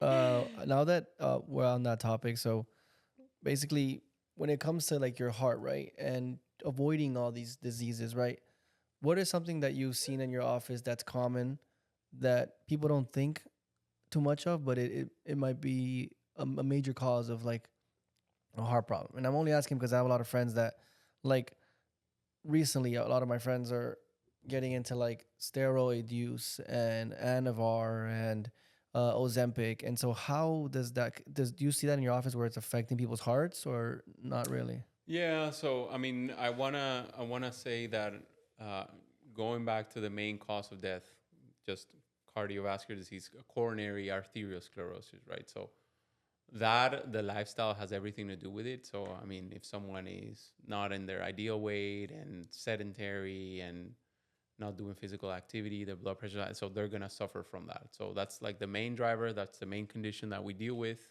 And it's the one where people usually know that their lifestyle is not, it's producing it and, they're not doing much. But things out of like the obvious stimulants. Yeah. Stimulants. Like I've had patients getting a lot of arrhythmias from overdoing pre-workout, overdoing like energy drinks, overdoing stimulants like that. Okay. Some weight loss medication, not Ozempic, because Ozempic works in a very different way.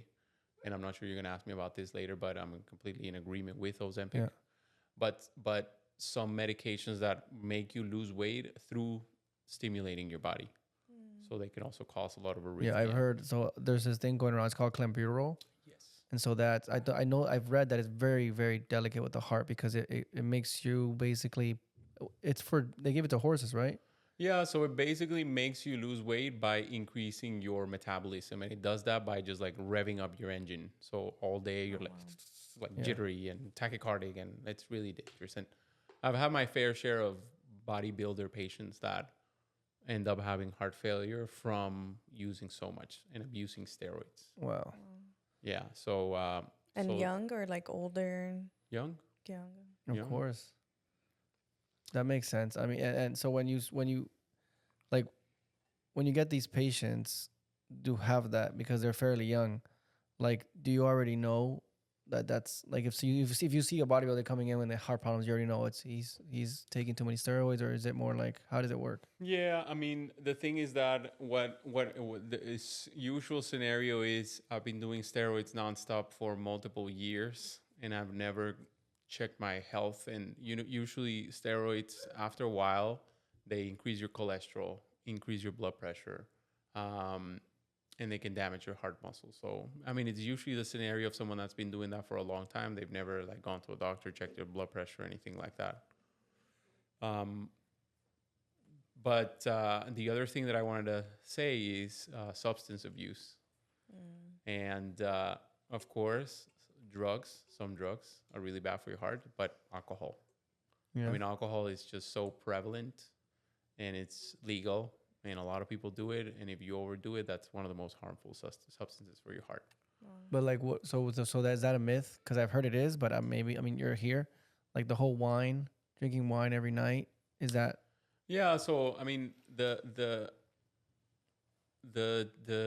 idea of alcohol being a poison, it depends on how you define a poison, right? Because like, if you have a tub of Tylenol it's completely safe to take, 1 or 2 tablets every 4 to 6 hours, whatever it might be. But if you take 50 tablets, you can die, right?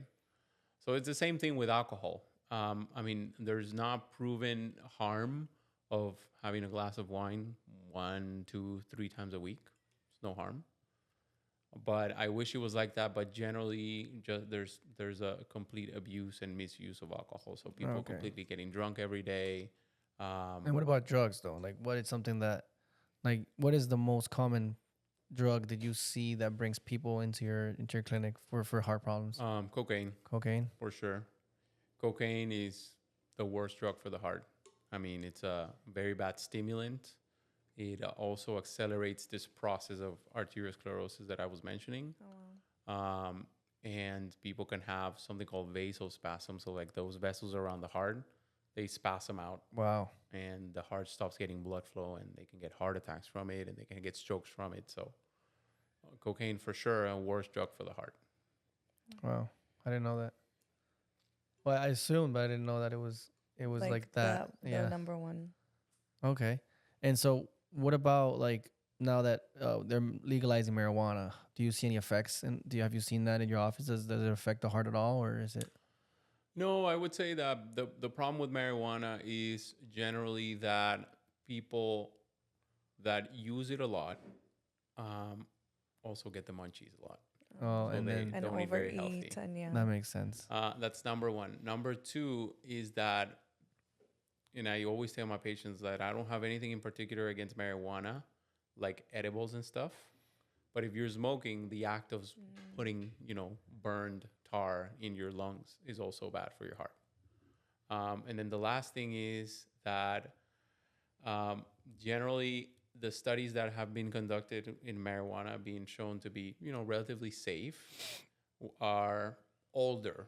So the marijuana use that was studied at the time was way different than the one that we can encounter nowadays. Okay. So like studies are with maybe I'm just going to be, I don't know exactly what the measurement is, but maybe a joint a day or 2 puffs a day, whatever. And now we have all these like concentrates and cards that are like extremely high in THC. So we just don't know what the real, or even like the fake, whatever it's called, Delta, whatever it is. So we just don't know what the effects of that super high concentrated amount of THC are. So, but that would be would that be the same case? We're now the guinea pigs. Yeah, and that's what I want to get. So is that the same case for like Trulicity and Ozempic and all these? But we don't know. It's a fairly new substance, right? It's a fairly new, I guess. So that's an excellent question, because the way Ozempic was found to be beneficial for the heart and weight loss was because, quick story, in the 80s, they had this drug for diabetes that was really helping diabetes. Patients were getting way better from their sugar control, and then all of a sudden they started getting heart complications. Oh. So that one medication was taken out of the market for heart concerns, and then the FDA in the 80s said, okay, that's it. From now on, every drug for diabetes needs to be tested for cardiovascular outcomes. Oh, wow. So ever since the 80s, every diabetes drug is very rigorously tested for cardiac outcomes. And that's how these drugs like Ozempic and Mounjaro and everything were shown in their diabetes trials to be safe for the heart, help with weight loss, and not only that, but be beneficial for the heart. Because honestly, if you have a person that's losing weight, is getting their sugars under control, is getting their insulin resistance improved, and that's someone that's going to do better from a heart standpoint. Yeah. So, and plus, what I've read is Ozempic, the primary thing it does for you, is I've read that it just suppresses your hunger. So in essence, I don't think it's that bad. It's definitely better than getting a bypass because you're affecting your anatomy. Yeah, and like I said before, all of the weight loss medications we had before were stimulants. So they made you lose weight by stimulating your heart, increasing your metabolism. And this is the only drug that doesn't work that way. This just works by suppressing your appetite. So you eat less, which is the main driver of obesity, being overfed. So this works different. And it also works in pathways that are closely related to insulin control of sugar, and the spike of sugar you get after a meal and all that. So the effects are very beneficial to metabolic health, endocrine health, and the heart.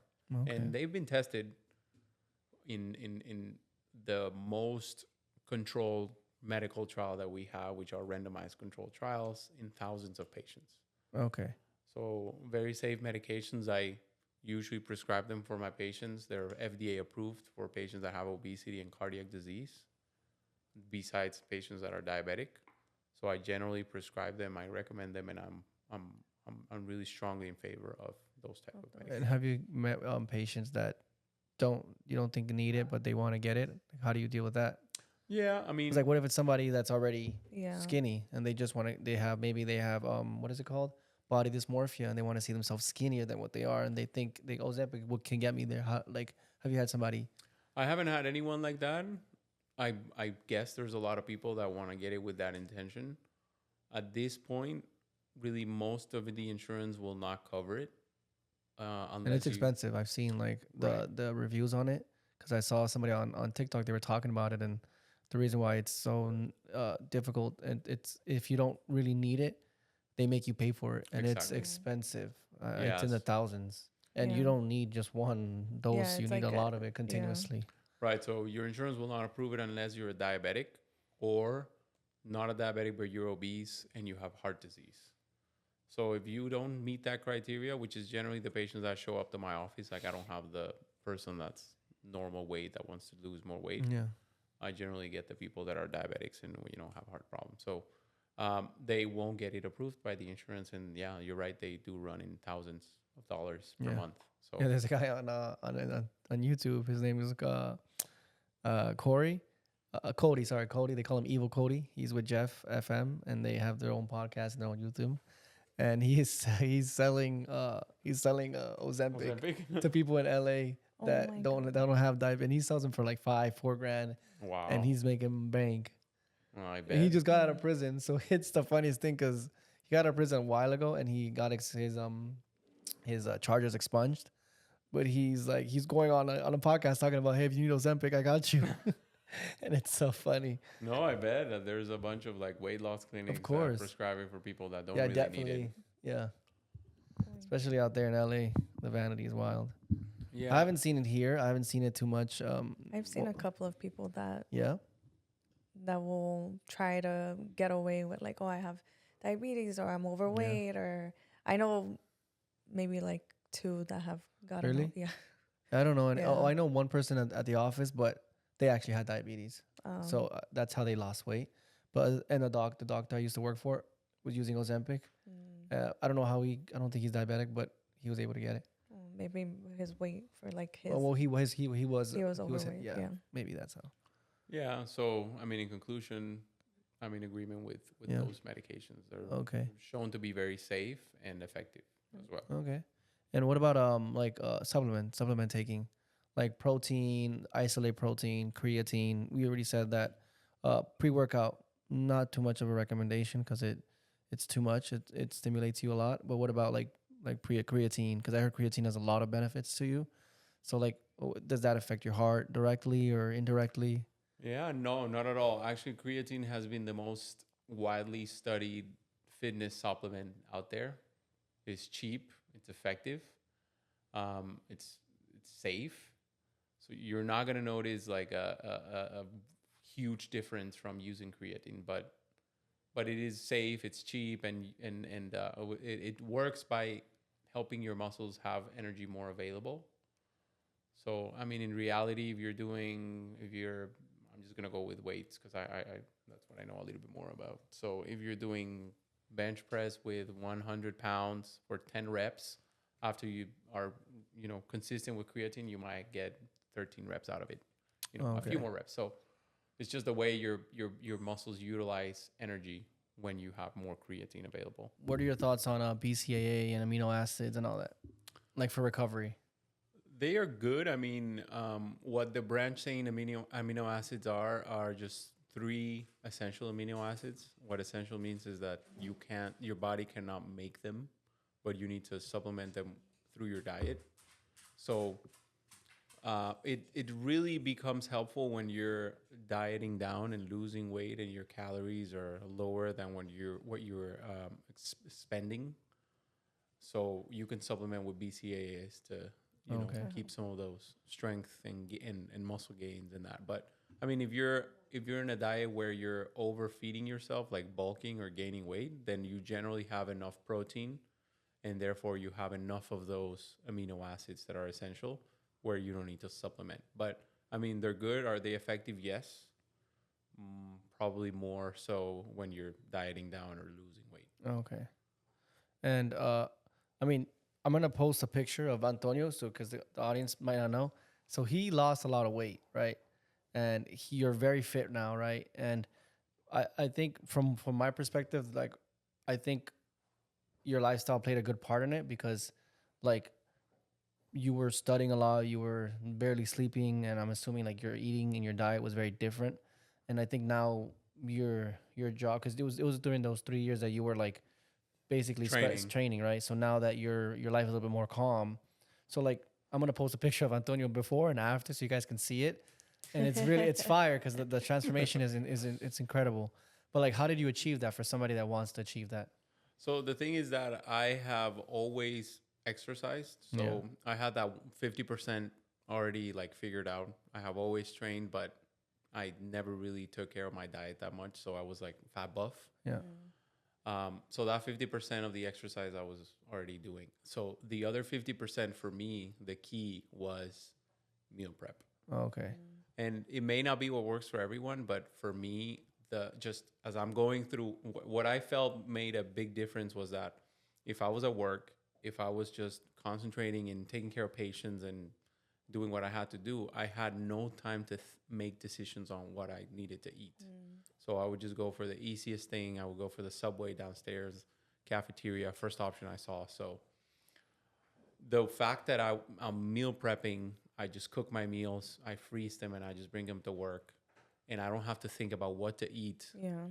It makes it so much simpler, because I'm not, if I'm working too much during the day, I don't have the opportunity to eat or eat. So it's basically the meals that I was sitting and having at work that were messing it up. So as soon as I took care of my meals, and now I'm able to meal prep and take my lunch with me, and I have dinner when I get home.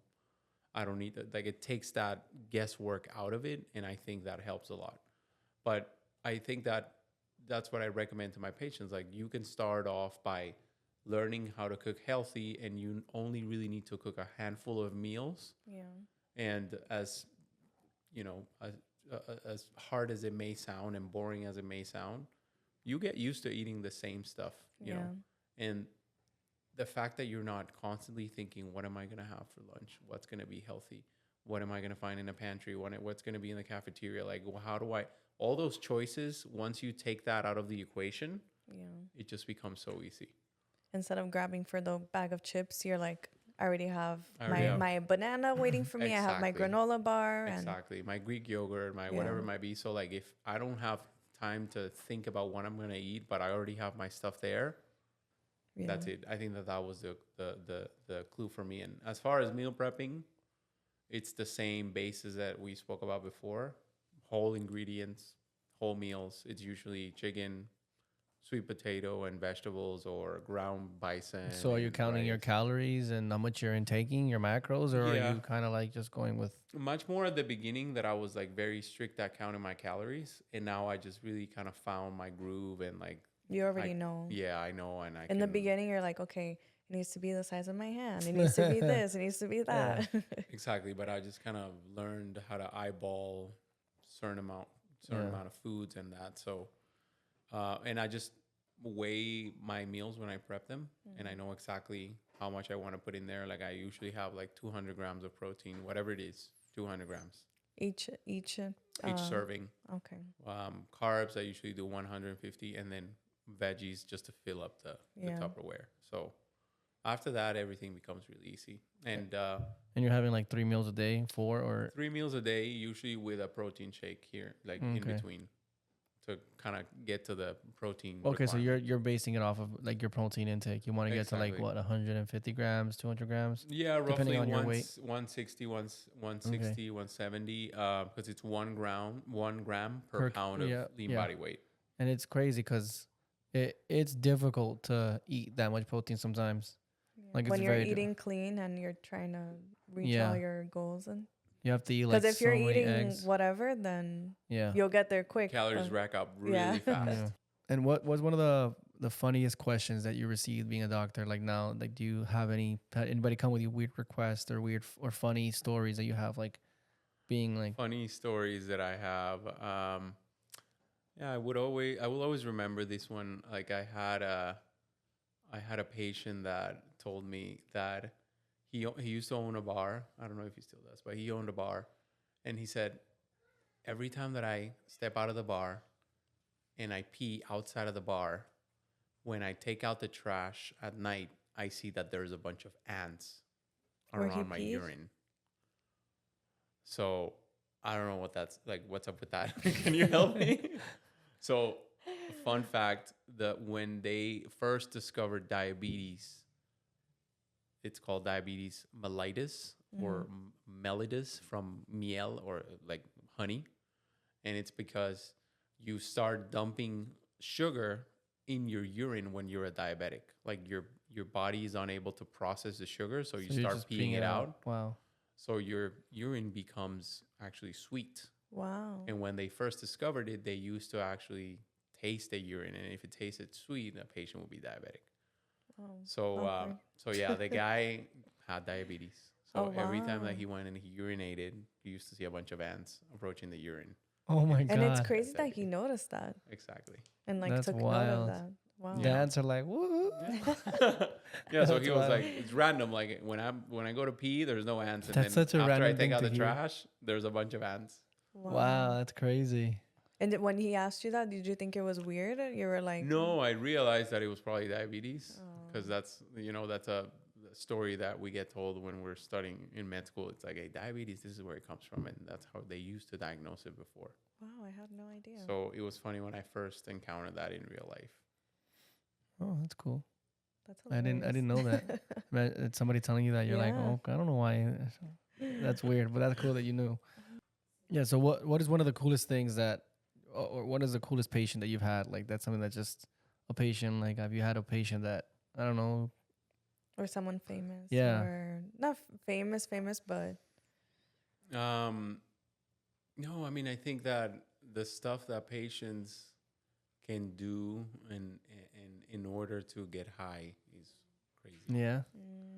So like I had this patient once that she had an infection in her bloodstream. So for you to treat an infection in the bloodstream, you need IV antibiotics. So generally for about 2 weeks. So you don't stay in the hospital for the whole 2 weeks to get IV antibiotics, just sitting there getting IV. But you can actually get like a sturdy IV that you take home with you. And there's a nurse that comes to your house and just gives you the antibiotic, whatever, once or twice a day. But you keep that IV with you for the whole 2 to 3 weeks.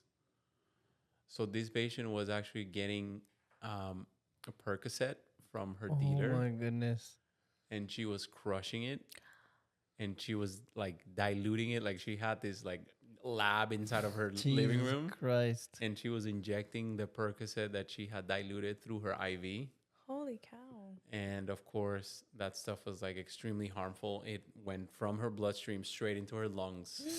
And it like completely destroyed her lungs.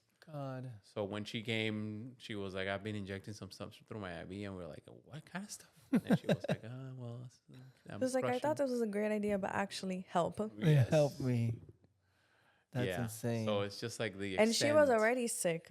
She already had like a. She had a bloodstream infection because she was doing IV drugs. God. But she thought it was a great idea to just convert her oral drugs into IV drugs.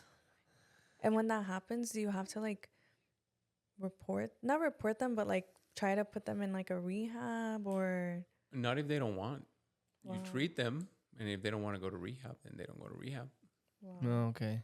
I think the only time you get like placed in rehab is when you're causing somebody else harm. And so it's usually like court order, like the judge is like, you need to go because if you Yeah. don't, then you have to go to jail. Putting someone else in danger or Yeah. yourself. Yeah. Like if you're suicidal or you're actively trying to hurt yourself, then you need to, go to rehab. But Oh my gosh. And so apart from medicine, like what is one of your favorite hobbies that you like to do now other than like working out and so, this hiking. Yeah. I just picked up this hobby Oh, nice. during the pandemic where we couldn't travel anywhere except within the States. Yeah. So my wife and I picked up this hobby of, we are right now trying to see and visit all of the national parks in the States. There's 63. We've done 23 only. Oh, wow. Congrats. Thank you. It's amazing. I mean, this country, it has so many beautiful places. Yeah.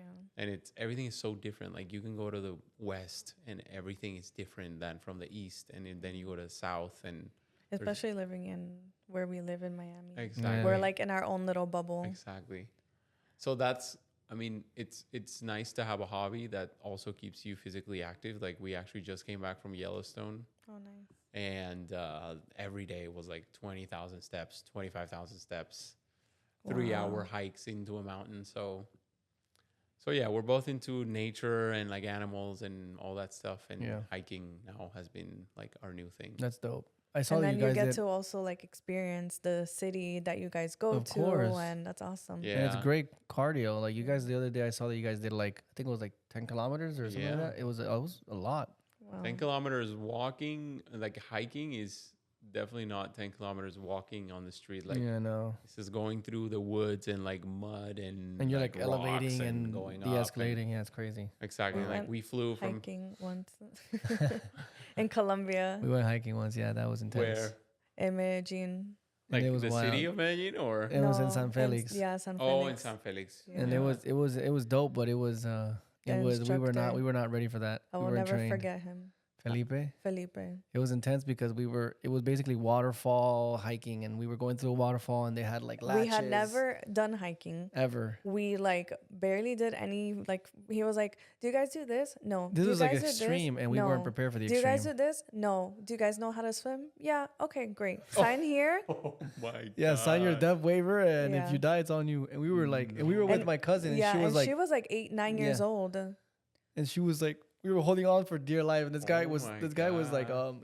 he was into it because that's what he does every day. It took like an hour and a half to get there. First of all, we got there, we were hungry, but we are like, oh, let's do this like quick. We didn't think it was gonna be such a How long long. did it take? and the water was In freezing. total, it was like 3.5 hours. Oh my And you know the water in God. Medellin, like it's natural, but it's freaking Of cold. course. And we were like He's freezing. like, just grab on. If you see a vein, don't grab that. Just see if. And I'm like, what is this guy? Why are we here? and then you were like, you see how we are in distance. That's where Steph and I were. But then he was all the way over there. He's like, come on, guys, hurry up. And we're like, How? how? And yeah, it was an interesting. The whole time I was like, God damn it, Felipe. Yeah, I'm like, I'm gonna kill this guy. he hated us. And it was like what, 5 of us at that time. Yeah. Yeah. It was, five but it of was us. fun. I just Yeah, wouldn't do once it we again. got to like the waterfall, because the goal was to get to the waterfall, go in, like kind of rock climb, kind of in the waterfall, and Like down the waterfall. Yeah. Yeah. And it was beautiful. It was beautiful. The water was really cold, but then once we got there, we were exhausted. He had little leche condensados for Yeah, us he gave us lecherita. That's all he had. He didn't have anything else. He's like, you guys want lecherita? because we were dying. We were I was like in exhausted. Converse. Oh Yeah. my god. We were were not not prepared. And they didn't tell us that. Yeah. But yeah. He's like, you know how to swim? We are like, yeah. He's like, okay, great. Oh Give me, my god. give me your pesos and let's go. Yeah, basically. God. Jesus. It was Well, fun you though. survived. We Yeah. did, but it was beautiful. So I can just imagine all the different places that you guys have seen. Yeah. Like, Yeah, you guys should go to the Everglades. It's amazing. That Yeah. national park. It's there. right here. Not in the summer though. You'll be eaten Oh, alive no. by mosquitoes and the heat. Oh my and the God. heat. Okay, and then the last question I have for you is watching TV shows about doctors and cardiologists, and you see Grey's Anatomy, Doctor House, The Good Doctor. Like, what is one of the ones that you can watch and you can like, oh, this is kind of does its justice? Accurate. Yeah. So none of them. I did watch Grey's Anatomy before I went to med school and everything. So A little bit of that. I did watch like 8 or 9 seasons, but as soon as I went into med school, I'm like, this is not accurate at all. So it's none of them are really. I mean, they have some truth, some things, yeah, but it's mostly a bunch of just acting. And my wife is like super excited every time she sees a new like medical show, and she's like, let's watch this. I'm like, no. She's like, why? I'm like, I just worked for 12 hours. This. I don't want to. Yeah. I don't want to go home and just like start reliving the same thing. Yeah. But yeah, I mean, they're good. But I guess it's the same thing with everything else, right? Like anything like crime scene, like type of drama, series. It's probably like that's not how detective here works. And there. Like, and yeah. I know that with Rhonda, the one that created Grey's Anatomy, she makes the actors be part or witness live surgeries, so that they can. I don't think they're up close, but in the same room, Okay. so they can get the experience of like the smell and like I've seen like interviews that they're like the first time I joined the cast that they made me be part of a surgery and like I almost passed out. There you go. So I'm sure they get because of that they get. No, there's truth to them, and there's. But it's definitely different. There's based, yeah, but I mean, if you're a doctor, you're gonna notice all these things that are not true. So last question, what's the best advice that you received in the medical field? So many, but the one that I always remember is I was in medical school, maybe 3rd or 4th year. And one of my attending physicians, like one of my mentors, he came up to me and he said, we were like sitting in the middle of a ward. And he was like, look around you. How many doctors do you see? And I was like, I don't know, 2, 3. He was like, how many nurses do you see? 10, 15. Good. How many respiratory therapists do you see? 8, 10. And he was like, yes. So they are more than you. Like they are the backbone of the system. Like they are your best friends. You should never be like the doctor and then everyone else. Like you are a part of their team. These are the people that are going to help you, guide you. These are the people that are going to tell you when the patient's not doing well. Like they know the patient. They're always there. You just come in a few minutes a day. You tell them how you're doing, how they're doing, what they're going to do today. And that's it. But the nurse is there all the time. The therapist is there all the time. So those are your best friends. And I feel like that really got to my heart.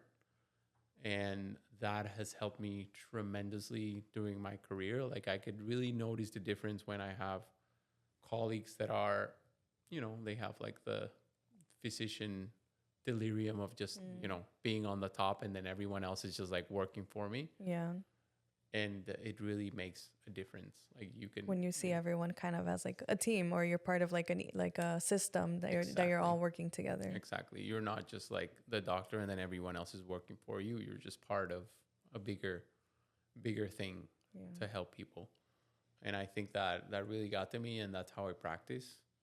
And I think it really helps. All right. This was episode 4. Thank you so much for watching, and thank you to our guest, Dr. Antonio Lewis. Thank you so much for being with us and for educating us. It was fantastic. I actually learned so much today, and I hope you guys learned as well. Anything you want to say to the audience or anyone watching? No, take care of your heart. Have a heart-healthy diet, exercise. Don't smoke. Drink in moderation. Nice. And have fun. Nice. All right. Thank you guys for watching. This was Uncommonly Common, episode 4. Remember to like, comment, and subscribe. It really does help us. So thank you much for watching, and have a good night. Thanks, guys. Or a good day. Bye-bye. See